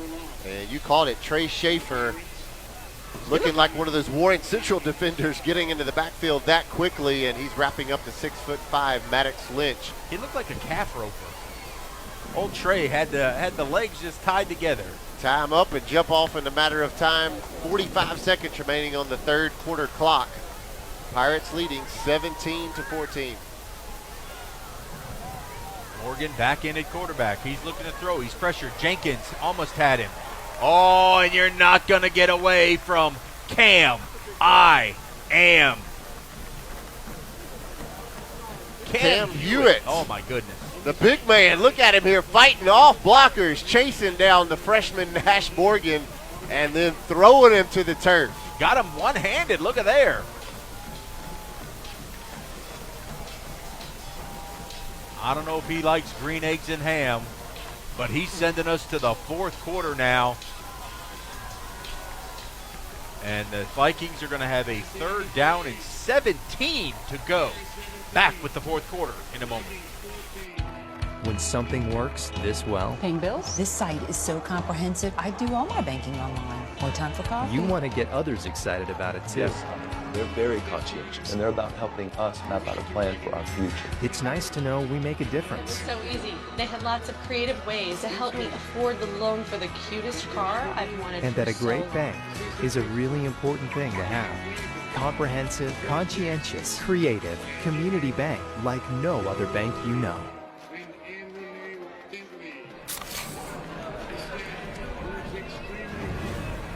Dude. 5. Grill master, huh? Burgers, better with Pepsi. It's 4th down, seconds on the clock. He hands it off, finds a hole in the middle. Brian, move! A touchdown! I can't believe it! Pizza, better with Pepsi.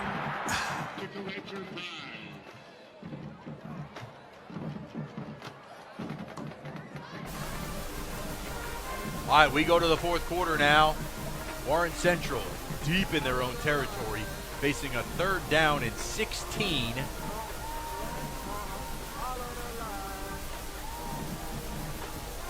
Morgan is your quarterback. He's going to have to throw. He's going to throw it out, short wide receiver screen. Pirates converge quickly, and they get nothing.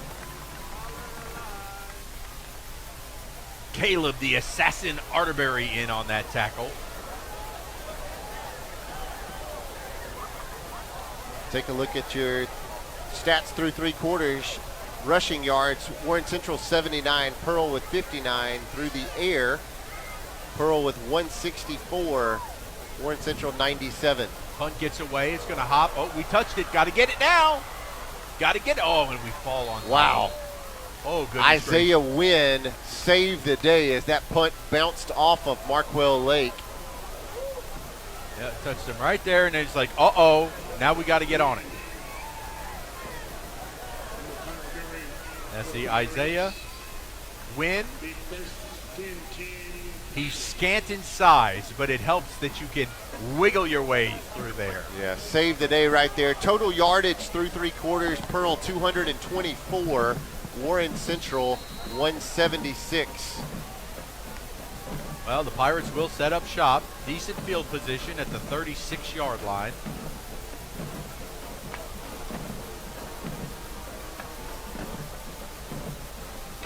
Captain Jack throwing quickly outside. Oh, and that one was red. Telegraphed that one to Kinji. Threw it on the inside. He's done a good job of hitting that back shoulder, but this one, danger zone. Yeah, Roosevelt Harris read that one the whole way as he almost came up with the first interception from Jack Durr all season. Thankfully for the Pirates, that one falls to the turf. Jack now 12 of 24 for 165 and 2 touchdowns. Jack, hard count. They're going to get Warren Central, I believe, for jumping in. Yes, indeed, a Hubbard Real Estate Group penalty. It's going to give us a free 5. The 3rd offsides penalty of the night against Warren Central. That hard count from Jack Durr is such a weapon, and we'll take a free 5 however we can get it. So 2nd down and 5 now.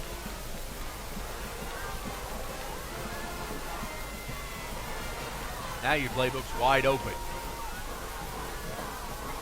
Jack will throw. Quick one out to the right. That ball is caught. That will be a Renaissance Bank first down. That by Shaden McCollum. Shaden's had a really nice night. He's had a fantastic night. Shaden now with 4 catches on the night, and that one perhaps the most difficult, the most productive, a 33-yard touchdown reception back in the 2nd quarter, but that one for a big first down as we're driving now with under 11 minutes remaining here in the 4th. Renaissance Bank has us set up at the 49-yard line. Jack, hand the ball off. That ball, well, we're going to pick up 5 more that time as Shoto finds a way. Pickup of 7. Shoto now with 10 carries on the night for 58 yards. We'll make it 2nd down and 3. Butler shifts over to the right.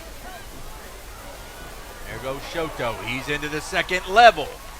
Hard time bringing him down, and Renaissance Bank's going to move the chains again. And tip your cap to that offensive line who are opening up holes for Shoto. Great job by Jordan Butler pulling. Getting the block from his tight end spot. And the Pirates in business. Trying to go quick, going tempo. Jack, quick throw over the middle. Just too high. Markwell couldn't get it. Poor Markwell, he's trying to catch those 97-mile-an-hour fastballs tonight. Yeah, that connection from Durr to Markwell was lethal last week, and unfortunately it's just been tough going. Jack, whether he's thrown it a little too hard or a little too high, or Markwell's dropped a couple of them.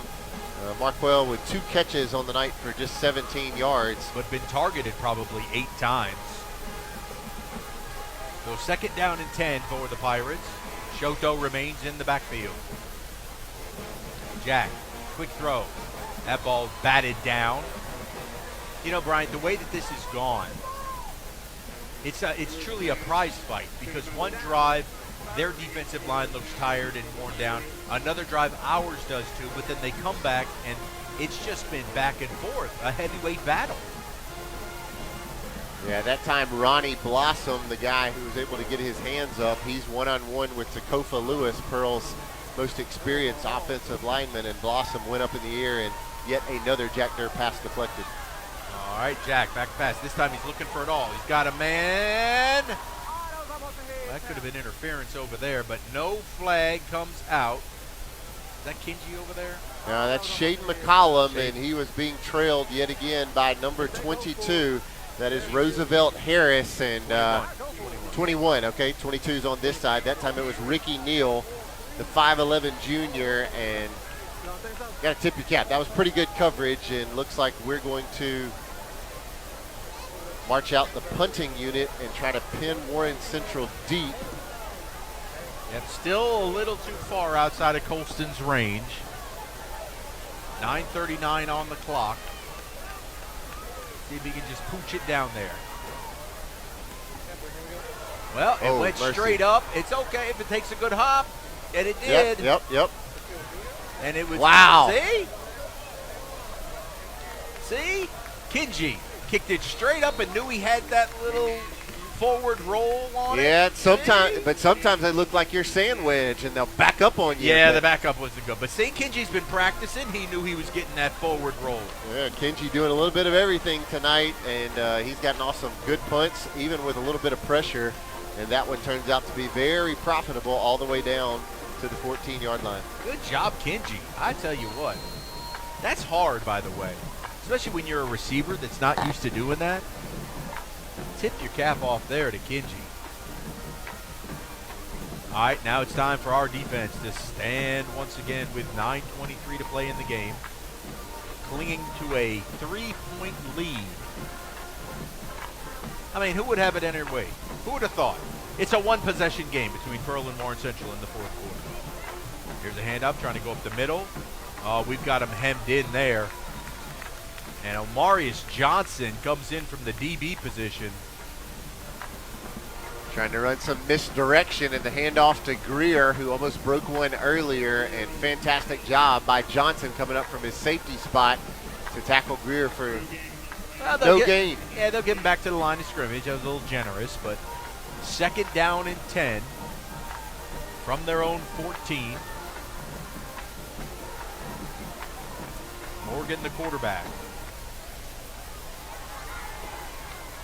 He's going to throw, look to throw. Now he pulls it down. Oh, and that ball could have easily been picked off. Ragsdale was all over him, but that was a shot put completion, and it's going to get Warren Central out to the 35.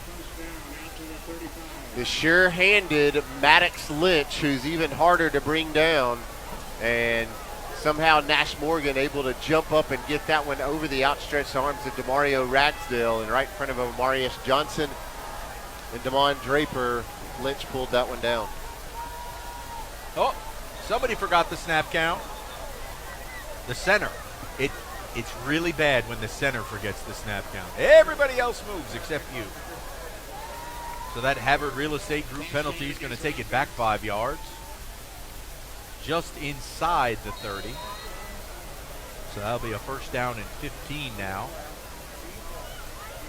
It's got to be a bad feeling. Everybody else moves, and you're controlling the snap.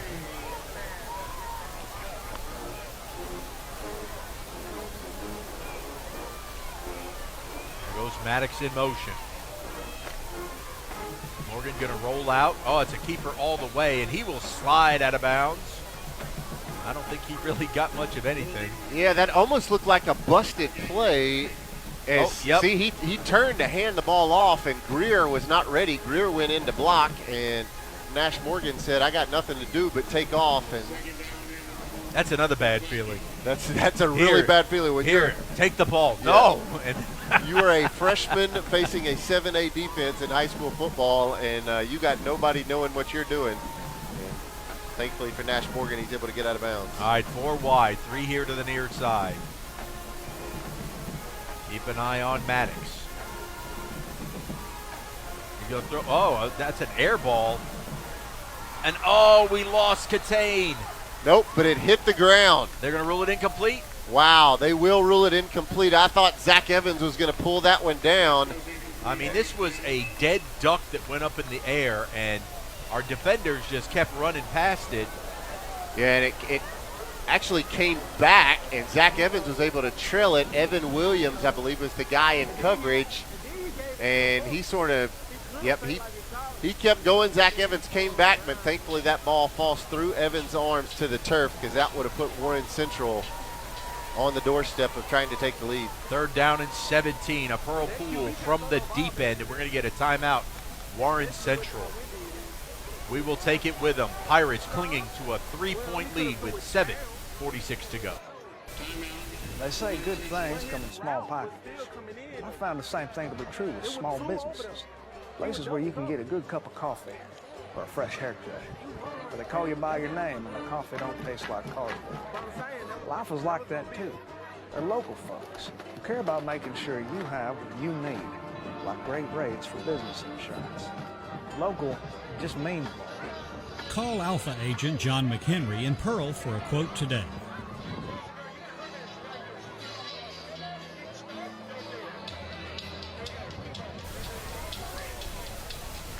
The full moon over Ray Rogers Stadium tonight on senior night and our home opener. Again, who would have thought? Warren Central and Pearl, a one possession, a 3-point game in the 4th quarter. That's so uncommon. With all the sarcasm you can muster up, these two teams seem to always play nip and tuck. You and I remember sitting in the press box at Vicksburg, Warren Central High School, in a 3-0 contest that the Pirates lost a couple of years ago. After he missed a field goal, the Phantom roughing the kicker, and then he kicked it through again. All right, 3rd down and 17. We're not going to let that happen tonight. Morgan's going to swing it out. Pirates trying to close. They will. Let go. Easy. Over here on the near sideline, a great play by McFarland. But we didn't need the rough stuff.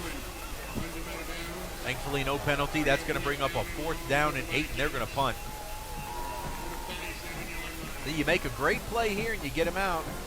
Both teams, I believe, with the full allotment of timeouts left, 3 apiece. All right, a low snap. Our guy's still not back in set. Marquell Lake has no idea the ball's coming. Isaiah Wynn does, and he's going to have to let it go. And, wow, Warren Central got that punt off, Greg, so quickly. Marquell Lake had no idea what was happening. No, and Winnie, thank goodness, he had the presence of mind to get away from it. He thought about it for a second. Yeah, I believe that was the right call. Quick look at a couple of score updates from 7A. Madison Central 40, Brandon 26. Just 5 minutes remaining in the 4th quarter in that one. Go Jags. Go Northwest Jags. Rankin has completed the win over Clinton. Northwest Rankin now moves to 2-0. They win 21-14. Arrows 0-2. And this one, another region team. Petal leads St. Martin 33-31.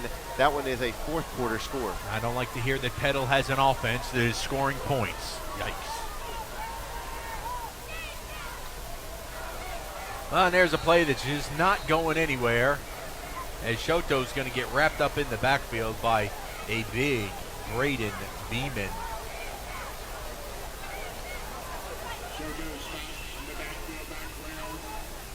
Pearl really needs to get the ball out. Oh, no, that's 80. I'm sorry. Yeah, that was number 80. That was Qualls. He was That's much right. bigger. He's 232. Yep, to carry us Qualls. I'll say that other guy was 160. All right, hand it off again, and this time not going much of anywhere. See, that's what I'm talking about, this prize fight that one offensive line looks great, the other one does, then the other one struggles, and it's just been a cycle. It is truly just feeling each other out, and it's a hot night here in Pearl. Pirates going to have it 3rd and long, and again, this is not a position where you can make a big mistake. Only 2 wide receivers, so Pearl may be content just to give it to Shoto or let Jack Durr run it and try to kick it out of there. He's going to look for the quick hitter to Kinji. He's going to throw it out, and that ball was deflected yet again. They get tremendous push, does that Warren Central front. Yeah, we don't have deflected ball stats up here in the press box, but it has to at least be half a dozen. Yeah. And that time, yep. Demby. Guess who? Demby. That guy's been everywhere. He had 12 tackles again last week against the Clinton Arrows, and he has been all over the field tonight. And all right, Kinji. Kinji punt. Got to get this one out of there quickly. Kinji standing on the A in Pearl in the end zone. Oh, geez, high snap. Gets it down. Somehow gets it away between 3 Vikings. That ball's going to be caught. Now the coverage has got to catch up. And Warren Central, boy, they're in good shape now. Inside the 30 at the 28-yard line. He outkicked the coverage, honestly. Well, that kick did not have a whole lot of hang time, and yeah, it did Frank, if sort you of could look back like that up. Did sort of look like a block in the back at about the 35-yard line or so. I mean, somebody here just gets. Our crew down in the truck backing that thing up on the Rogers Dabbs replay. Let's see who that was. Oh yeah, that's a big old shove in the back. Johnson looked like he got shoved in the back, and 6:03 remaining. We're going to get the heat timeout down on the field. We'll take it with him. When you're ready to make a move in Pirate Country, contact Penny Pitts with Havard Real Estate Group in Pearl. Penny is a multi-million-dollar producer and loves to help her clients find the home of their dreams. If you are a first-time home buyer or ready to upsize or downsize, she is the agent for you. Penny is a Pearl High School graduate and an avid supporter of Pirate athletics. Make your move with the home team. Penny Pitts. When you step into Rogers Dabbs Chevrolet, it's time to buckle up because you're in the driver's seat. Voted as Brandon's favorite dealership, we've worked hard to earn your trust. Whether you're buying or selling a car, you call the shots. We put your needs first and always work hard to make sure you're satisfied. With our expansive inventory and financing options, you can drive off the lot today. Come on down, Rogers Dabbs Chevrolet. It's easy here.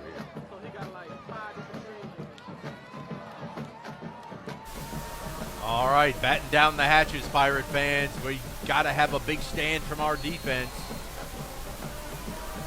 6:03 left to play. Pirates have a 17-14 lead.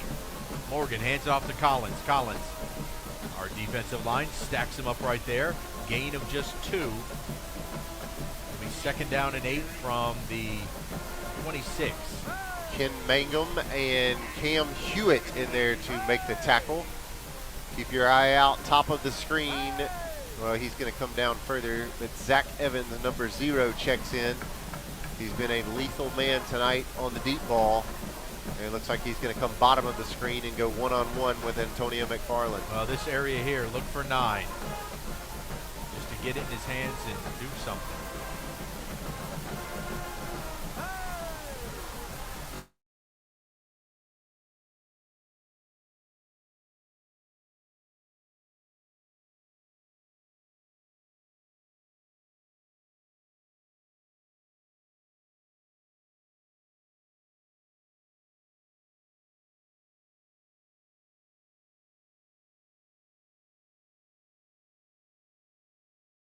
Johnson in there for a big tackle. Here's a big Pearl Pool 3rd down. Mangum PI, he never lets you out of his sight.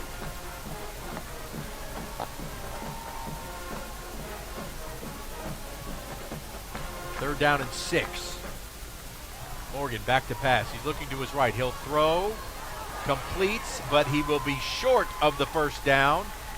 Ball at the 22-yard line, 21-yard line, so it'll be 4th down and about 3 yards to go.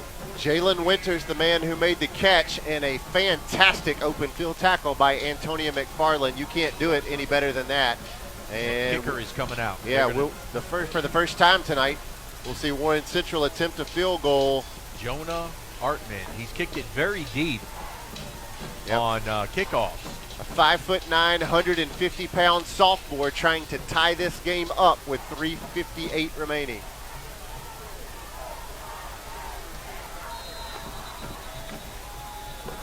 Timeout, and it will be a timeout to Warren Central. Will take it. Big play coming back on the other side of the break.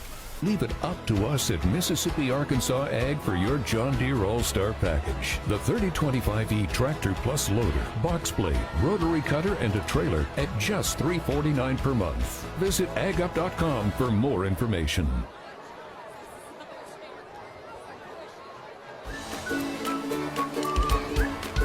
The Pearl Pool is a proud sponsor of Pirate football. Located in the heart of the city, 3500 Dawn Drive, the Pearl Pool offers everyone a safe, convenient place to swim and host parties. Affordable memberships are available, and walk-ups are always welcome. It's also a great place for Pirates to take swimming lessons before they hit the high seas. And when the temperature heats up, make plans to cool off at the Pearl Pool.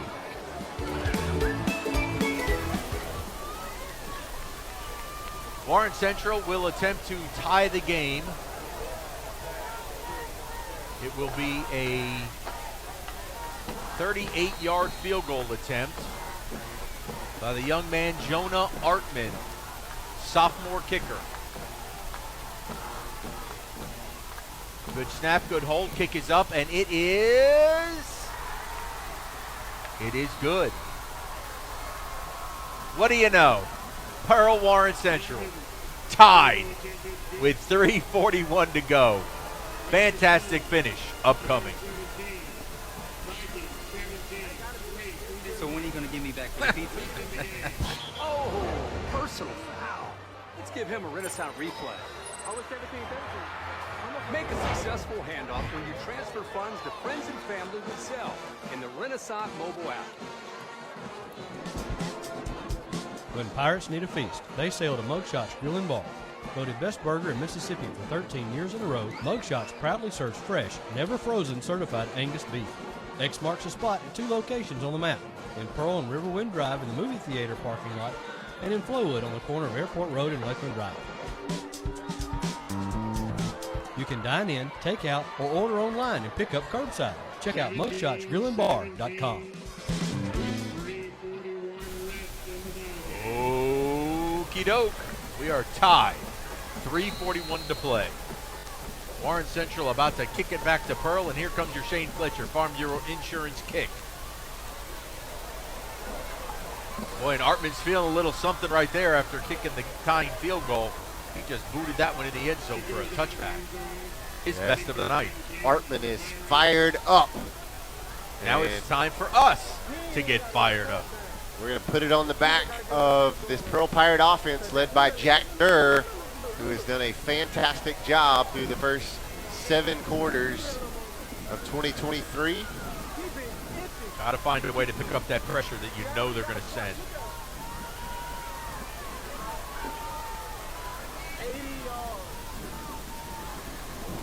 All right, let's set sail on a game-winning drive, shall we?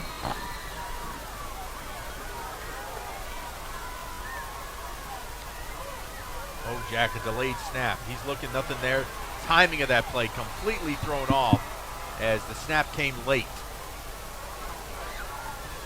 Jack with just no time to work as Warren Central just running all around on that defensive front, and pretty good job by the secondary as well, trailing our guys. Only 3 wide receivers right now, McNair, Lake, and McCollum.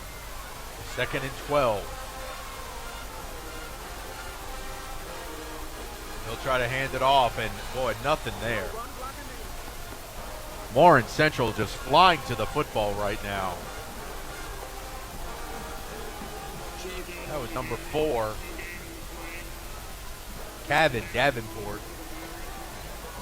Well, and now it's tough. You got a 3rd down and 14. And a lot of time left on the clock should we have to punt it away. Field position is a huge part of the final part of this game. Jack back, looking, throws. That ball's, in and out of the hands of Shaden. Let's take a closer look at this on the Rogers-Dabbs replay.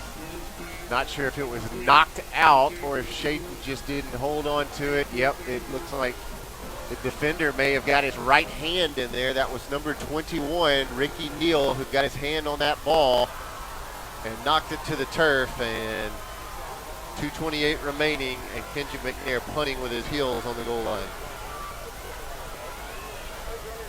High snap, Kenji's going to get it away. Oh, what a punt this is.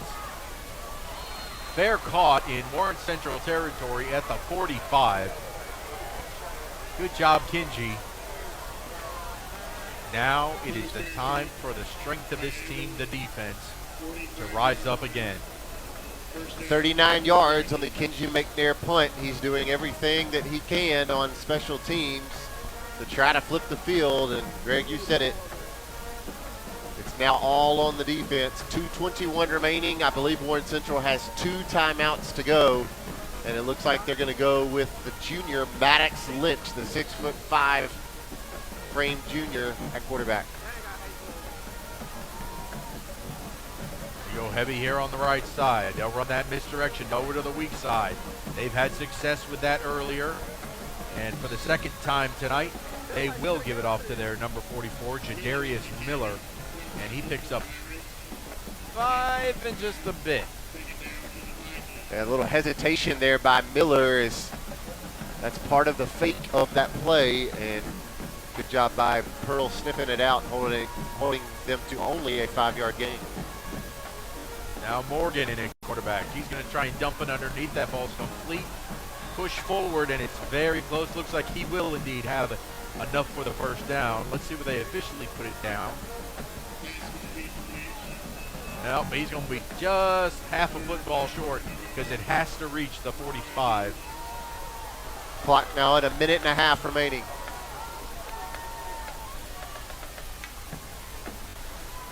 You know, if you're Warren Central, time's not really an issue. If you're Pearl, you got to stop them on this drive.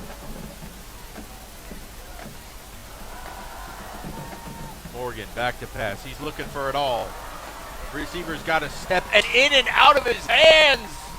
Oh my goodness. Zach Evans had it wide open, and for the second time tonight, it goes right through Zach Evans' hands as he had outrun the secondary. I mean, this was going to be a walk-off. Wow. Oh, Nash Morgan put it right where you had to, and Zach Evans, I believe, felt the hero headlines coming, and he forgot to squeeze the ball, and Warren Central is going to be facing 4th down, but it's 4th and inches, and it looks like they're going to put Maddox Lynch in to probably run it right up the gut. 1:07 remaining. Timeout, Pearl. Let's see if we can fire. No, we're going to talk about it. Well, if Warren Central loses the game, they will have snatched defeat from the jaws of victory as Evans thankfully gives us life.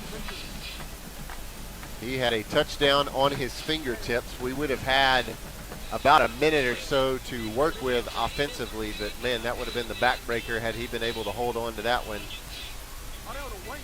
It's been a heavyweight battle, certainly has. Pearl Warren Central tied at 17. 1:07 to play. 4th and, simply the nose of the football. Maybe we can hope for a fumbled snap or just fire and push the wall back.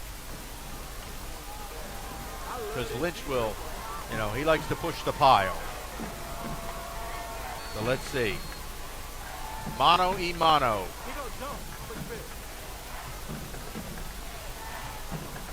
Here he comes.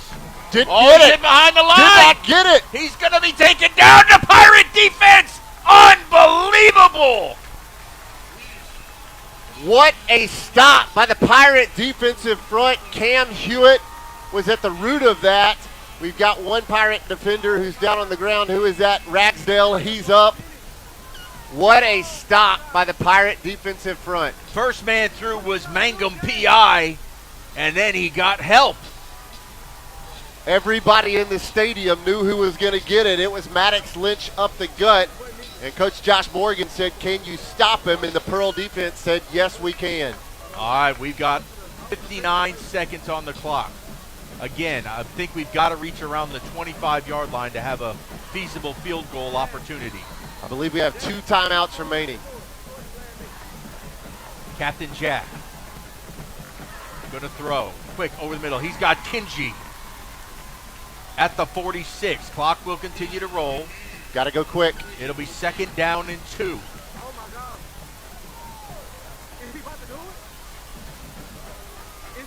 Marquell goes to the top side. Jack looking this. Oh, they never. Got to burn a timeout. Hemby absolutely untouched around that end. Nobody, and he got it from Jack's blind side. Yeah, that whole sequence there on 2nd down just did not look right trying to get the play set. I didn't feel like we had enough intensity to get back and set in position, and then the blocking was not there, and Hemby's been a problem all night long. So we're going to be facing 3rd and 8, Mr. Flynn, with 1 timeout remaining, 31 seconds left on the clock. One more big post. Get it to Shaden, get it to Kinji on a post. If we can give Jack enough time, would get us down in field goal range.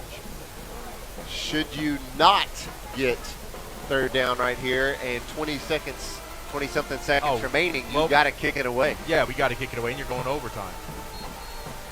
Because Warren Central would just take a knee. Because they would be back around their 10-yard line on a punt. Biggest play of the game right here. Warren Central's defense not really set. Now they are.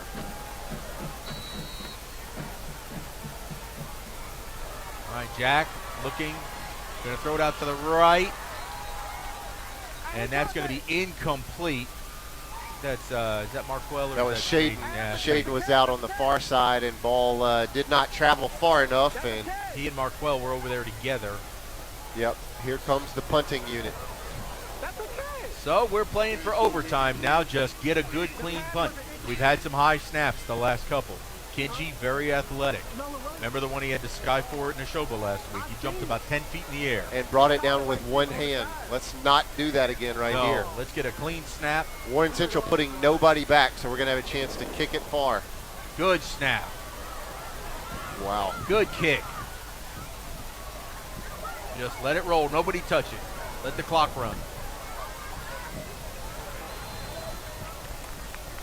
Referees will finally blow it dead with 12 seconds. So I don't anticipate Warren Central doing anything crazy here. Nope. You imagine they're going to take a knee, and we're going to send this one to free football here at Ray Rogers Stadium.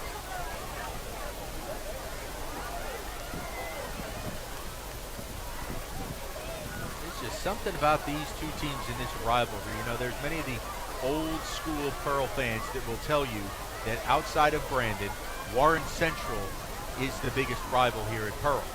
Brandon is 1, and then Warren Central would be 2.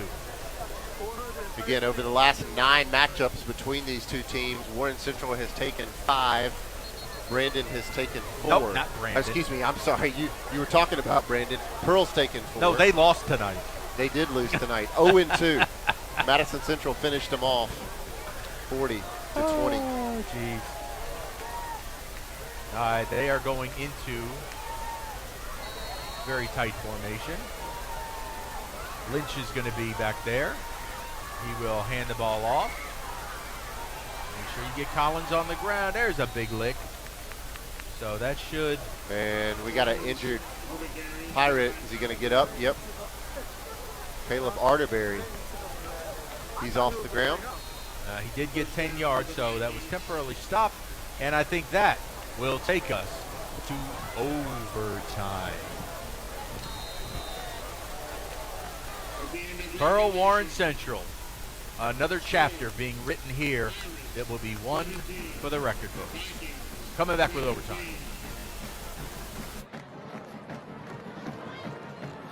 Public service has always had a very special place in my heart, and you know, to be able to do it and be a first responder as a reserve, you know, when you're not getting paid, that's just one of the most selfless acts you can do. I think we all have a responsibility to our towns and our communities. Well, for me, it's simple. I mean, when you say local, that's what's most important to me. Our citizens inside this county, we all care for each other, and we do everything we can to help everybody out. I am Shane Fletcher with Farm Bureau, and we are the home team.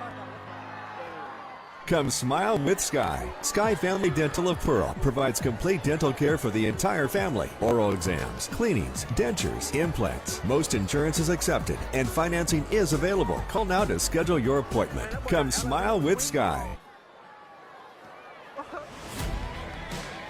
It's game day at Raising Cane's. If you want to order like a champ, forget about X's and O's. The only play you're running is chicken. So what combo are you picking? We've got tailgates of hand-battered, cooked-to-order chicken fingers and cane sauce, and jugs of freshly made tea and lemonade. This season is about to be unbeatable. Raising Cane's Chicken Fingers, one love. From loans and mobile banking to CDs and checking accounts, River Trust Federal Credit Union has you covered. That's why you owe it to yourself to take advantage of the tremendous opportunity to open a savings and checking account at River Trust Federal Credit Union. River Trust offers lower interest rates on loans and higher interest rates on savings. We can get you started on the road to financial well-being. Let us help you take charge of your financial future today. Log on to our website at rivertrustfcu.com. River Trust Federal Credit Union, improving the financial success of our members. He was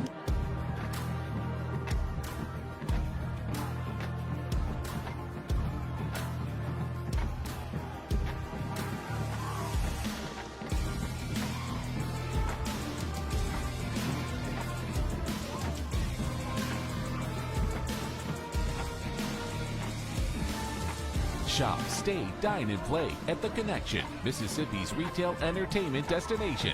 Located at the intersection of I-20 and I-55 in Pearl. Well, they have had the coin flip. It appears that Pearl won the toss and is electing to go on defense first. Warren Central chose to go into the north end zone, so we'll be going right to left into the north end zone. Everybody's going to get a possession. They're going to start it. You've been putting back a few, and a few becomes a few too many. For a moment, you think about calling for a ride. Nah, you live nearby. What's the worst that can happen? You get pulled over, your insurance goes up, you lose your license, you total your car, you kill someone. There's a line between drinking and riding, and the smart ones never cross it. It starts off simply enough. You hop on your bike and head off confidently. But even one drink can affect your ability to ride. Alcohol limits your reaction time. It may give you a false sense of confidence. Before you know it, you've been pulled over. There's a line between drinking and riding, and the smart ones never cross it.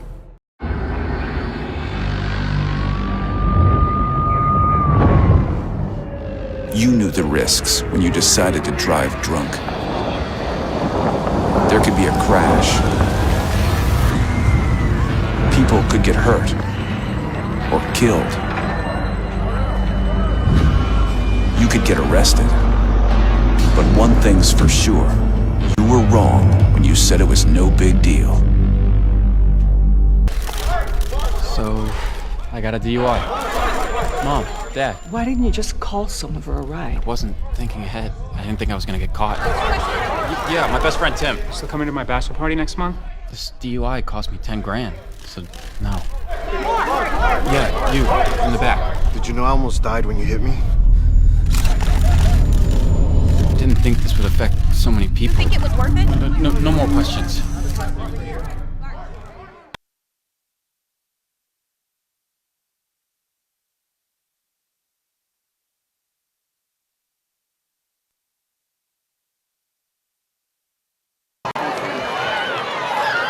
I'm so confused. It's like college. Oh my God.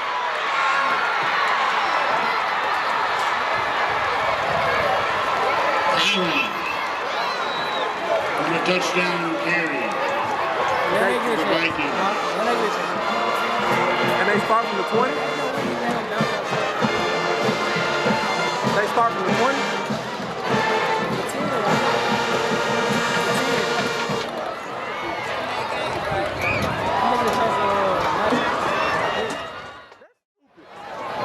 Why they want? Come on now.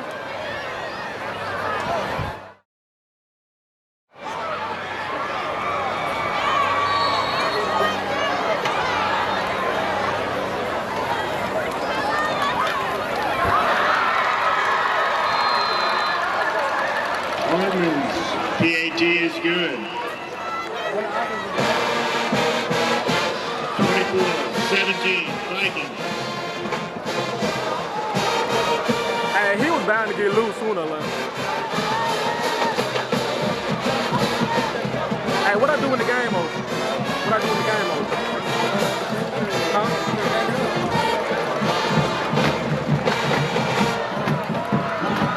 They get a chance on the same one. And if they score, they just be going back and forth. They get 4 tries though, right?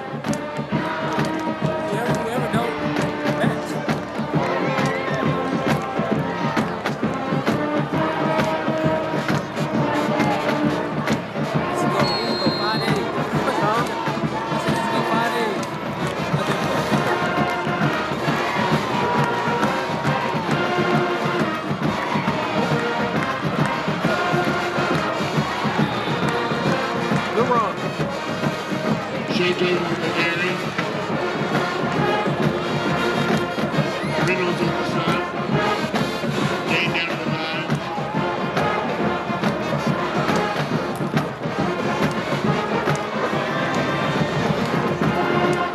Hey!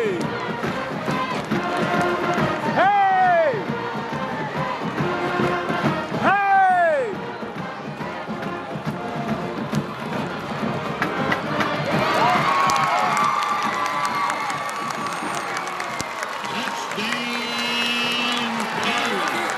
Got him. Antoine Shoko in the touchdown Nah, carry. that's pressure. That's pressure. Gotta hit this key. Go for 2. Get too much. Hey, if they go for it, bro.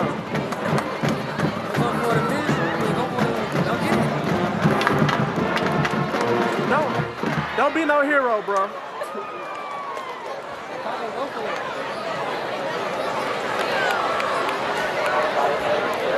Oh, they playing for the win.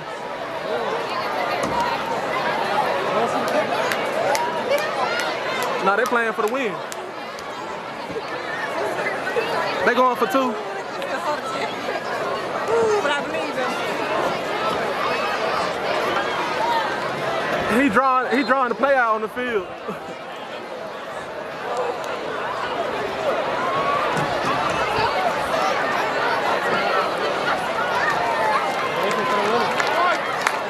Get your phone up, get your phone up, get your phone up.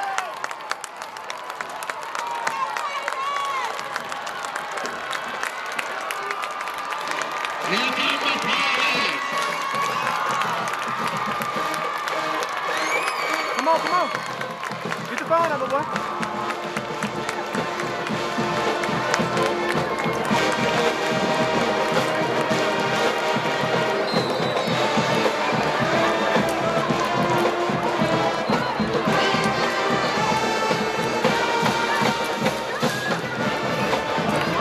Timeout. Central.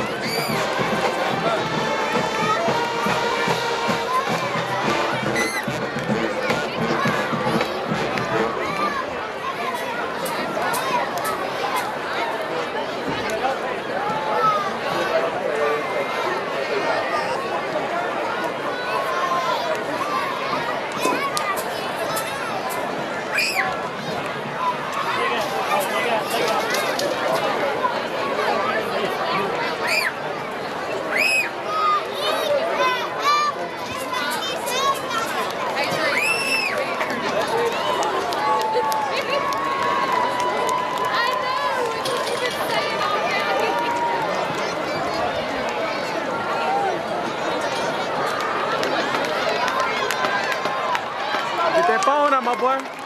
You ready? Hey, get your hand off the microphone. Get your hand off the mic. The mic at the bottom. Let's hear it for the Pirates.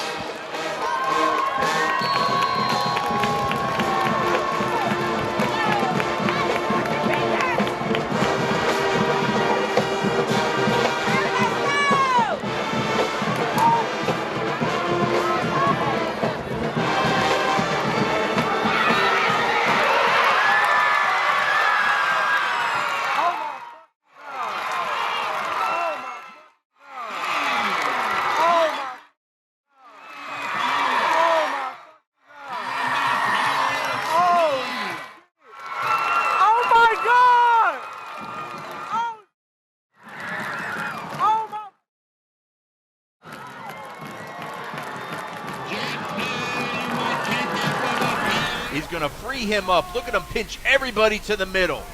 Everybody went with the wide receivers into the end zone, and Jack just trots his way in. His compass always points north, and that was the direction he traveled to win the game. That was exactly how you practice it, and it could not have gone any better for the Pirates as they win it 25-24 here at Ray Rogers Stadium. What a way to open up a 3-game homestand. That's just incredible. I mean, once again, this is going to go into the history lore of this rivalry. A 1-point game. Tacofa Lewis. Yeah, we got a little bit of extracurricular going on down on the field. Coaches trying to handle that. Tacofa just looks gassed. And I think there was probably some. Yeah, as I said, Warren Central, they all night long, they were just a little chippy. Yep, there was a little back and forth all night long, and right now it's. And now the Pirates waving bye to Warren Central. Happening again. But, Greg, those are the plays that you draw up and you practice over and over, those 2-point conversion plays. And, wow, that one was run perfectly. Well, this is going to be a heck of a post game. Our players of the game, if we can get them, will be Jack Durr. And defensively, I'd love to hear from Tyler Jenkins. No, I take that back. Did we already talk to Ken? Did we talk to Ken last week, Mangum? Yes, we did talk to Ken Mangum last week. I really want to hear from Tyler Jenkins tonight. I like that, too. So 17 and 15 players of the game.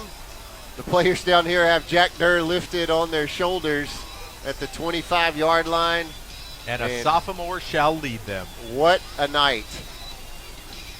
Pirates move to 2-0. We've now equaled our win total from all of last season, and Justin Hunter's at the 35-yard line with his hands on his knees.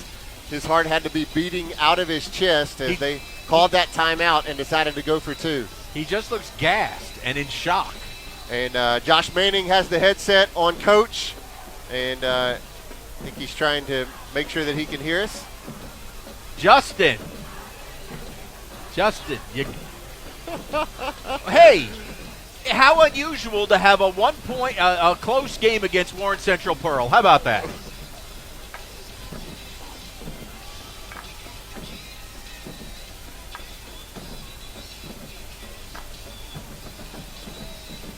Yo, you got it. All good. It was just, that's. I talked about it before in the fourth quarter that it just felt like a heavyweight fight, and it was just back and forth, and we got the final jab in, and it was what a gutsy call by Coach Hunter to go for 2. I don't think he wanted it to keep going any further.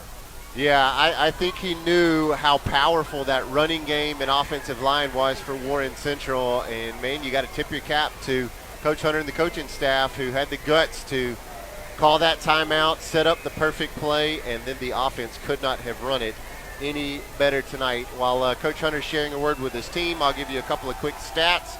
Pirates finished tonight with 16 first downs, Vikings with 12. And it looks like Coach Hunter's making his way back over, so we'll bring you those stats here in just a second as Josh Manning gets ready to put the headset back on the ball coach tonight, who is some kind of happy and some kind of worn out.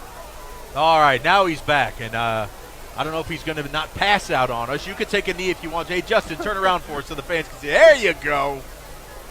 All right, your decision to go for 2, first of all. Wow. Just how versatile. You know, we've talked about Jack's versatility and his confidence. The kid just exudes confidence, but the versatility to call a play like that where he'll have an option and they just all backed off and covered your receivers, he just walked right in. You know, I thought he played his butt off. He's a team player. We talked about most physical team was going to win. And then my message today was with them at last block to put up a team picture. And at the top it said it's about us. And it don't matter who we play, it's always about us and how we play and how we love each other and how we play for each other. And, man, I thought they did that tonight. Hey, Justin, I think what defined your defense tonight of all the plays was that 4th and the nose of a football and to stop Maddox Lynch dead in his tracks and push him back. That was amazing. It was, you know, and they were real confident that they were going to get it, which is why they threw the ball deep on 3rd down. I can't say I blame them at all, but they had full belief that they were going to get that on 4th down or they would not have called that, you know. So I was like, hey, if they get it, we got to line back up because time's running down. They're going to throw the football. You know, I was more worried about that, and I guess our defense was just worried about stopping them. They weren't worried about the next play. So, but again, I'm super proud of them. You know, I thought our defensive coaches had a really, really good plan. I thought they coached the snot out of those guys all week. You know, and I didn't think when we went to overtime, I was like, we're not going to lose. I just had a feeling. You know, I don't know why. Maybe the good Lord was talking to me. I don't know. But I just had a feeling we wasn't going to lose. So I got on the headset, and Coach Williams was like, hey, what do you think? And I said, go down and score, and then we're going to go for 2. And he asked me what play we're going to run. And I said, well, we'll talk about that, but just go down and score first. We scored. The PAT team started to run out. It's like, nope, we're going for 2. I'm sure it shocked a lot of people. That's okay. But just wanted to put the ball in our hands and not at the hands of somebody else, because obviously if it flipped, we would have had to go first and they would have went last, and I think they would have went for 2. Well, so that was Justin, behind it. Great job. If you would, hand that off to Captain Jack behind you. Hand that microphone over to him, and we want to hear from that young fella. Hey, Coach, you're 2-0. Congratulations. Hey, guys, I appreciate it, man. It was really, really good. I'm really, really proud of our kids. They played their hearts out. That's the only way I know to put it tonight. They actually played their hearts out, and I think our coaches coached their hearts out, and just really, really excited for Pearl. I thought our crowd was great. I thought our kids were into the game. Man, it's a great day to be a Pirate. Yes, sir. Congrats, Coach. Appreciate y'all. Well, you know, we talked about it during the game. Hey, we had a 1-point affair with Warren Central tonight. Luckily, we earned it and came out on top. Yeah, these games always seem to come down to the wire. We had an overtime game just a couple of years ago between these two squads, and man, what a hard-fought, hot game. Low 90s temperature here at Ray Rogers Stadium, but the guys did not give up all night long, and the guts of Coach Hunter and the coaching staff to go for 2, and you heard the confidence that they had in that 2-point play. Jack Durd knew his read, and wow, he read it perfectly. Well, Justin may have blacked out as soon as Jack crossed the goal line. These guys have earned it. These guys are going to rest well tonight. They're exhausted, and they put it all on the line, and they came out victorious. Well, that's going to do it for us from Ray Rogers Stadium. For Bryant May, I'm Greg Flynn. Remember, every day is a great day to be a Pirate.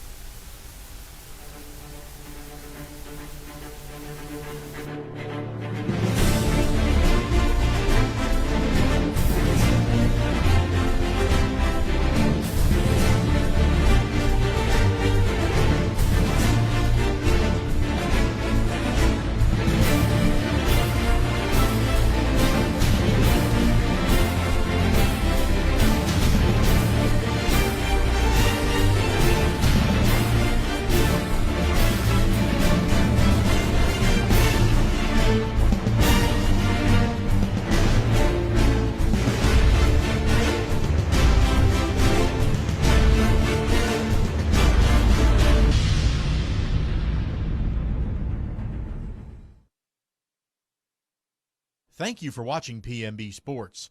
The preceding broadcast is copyrighted by Pearl Municipal Broadcasting for the private use of our audience. Any other use of this broadcast without the written consent of Pearl High School or PMB is prohibited.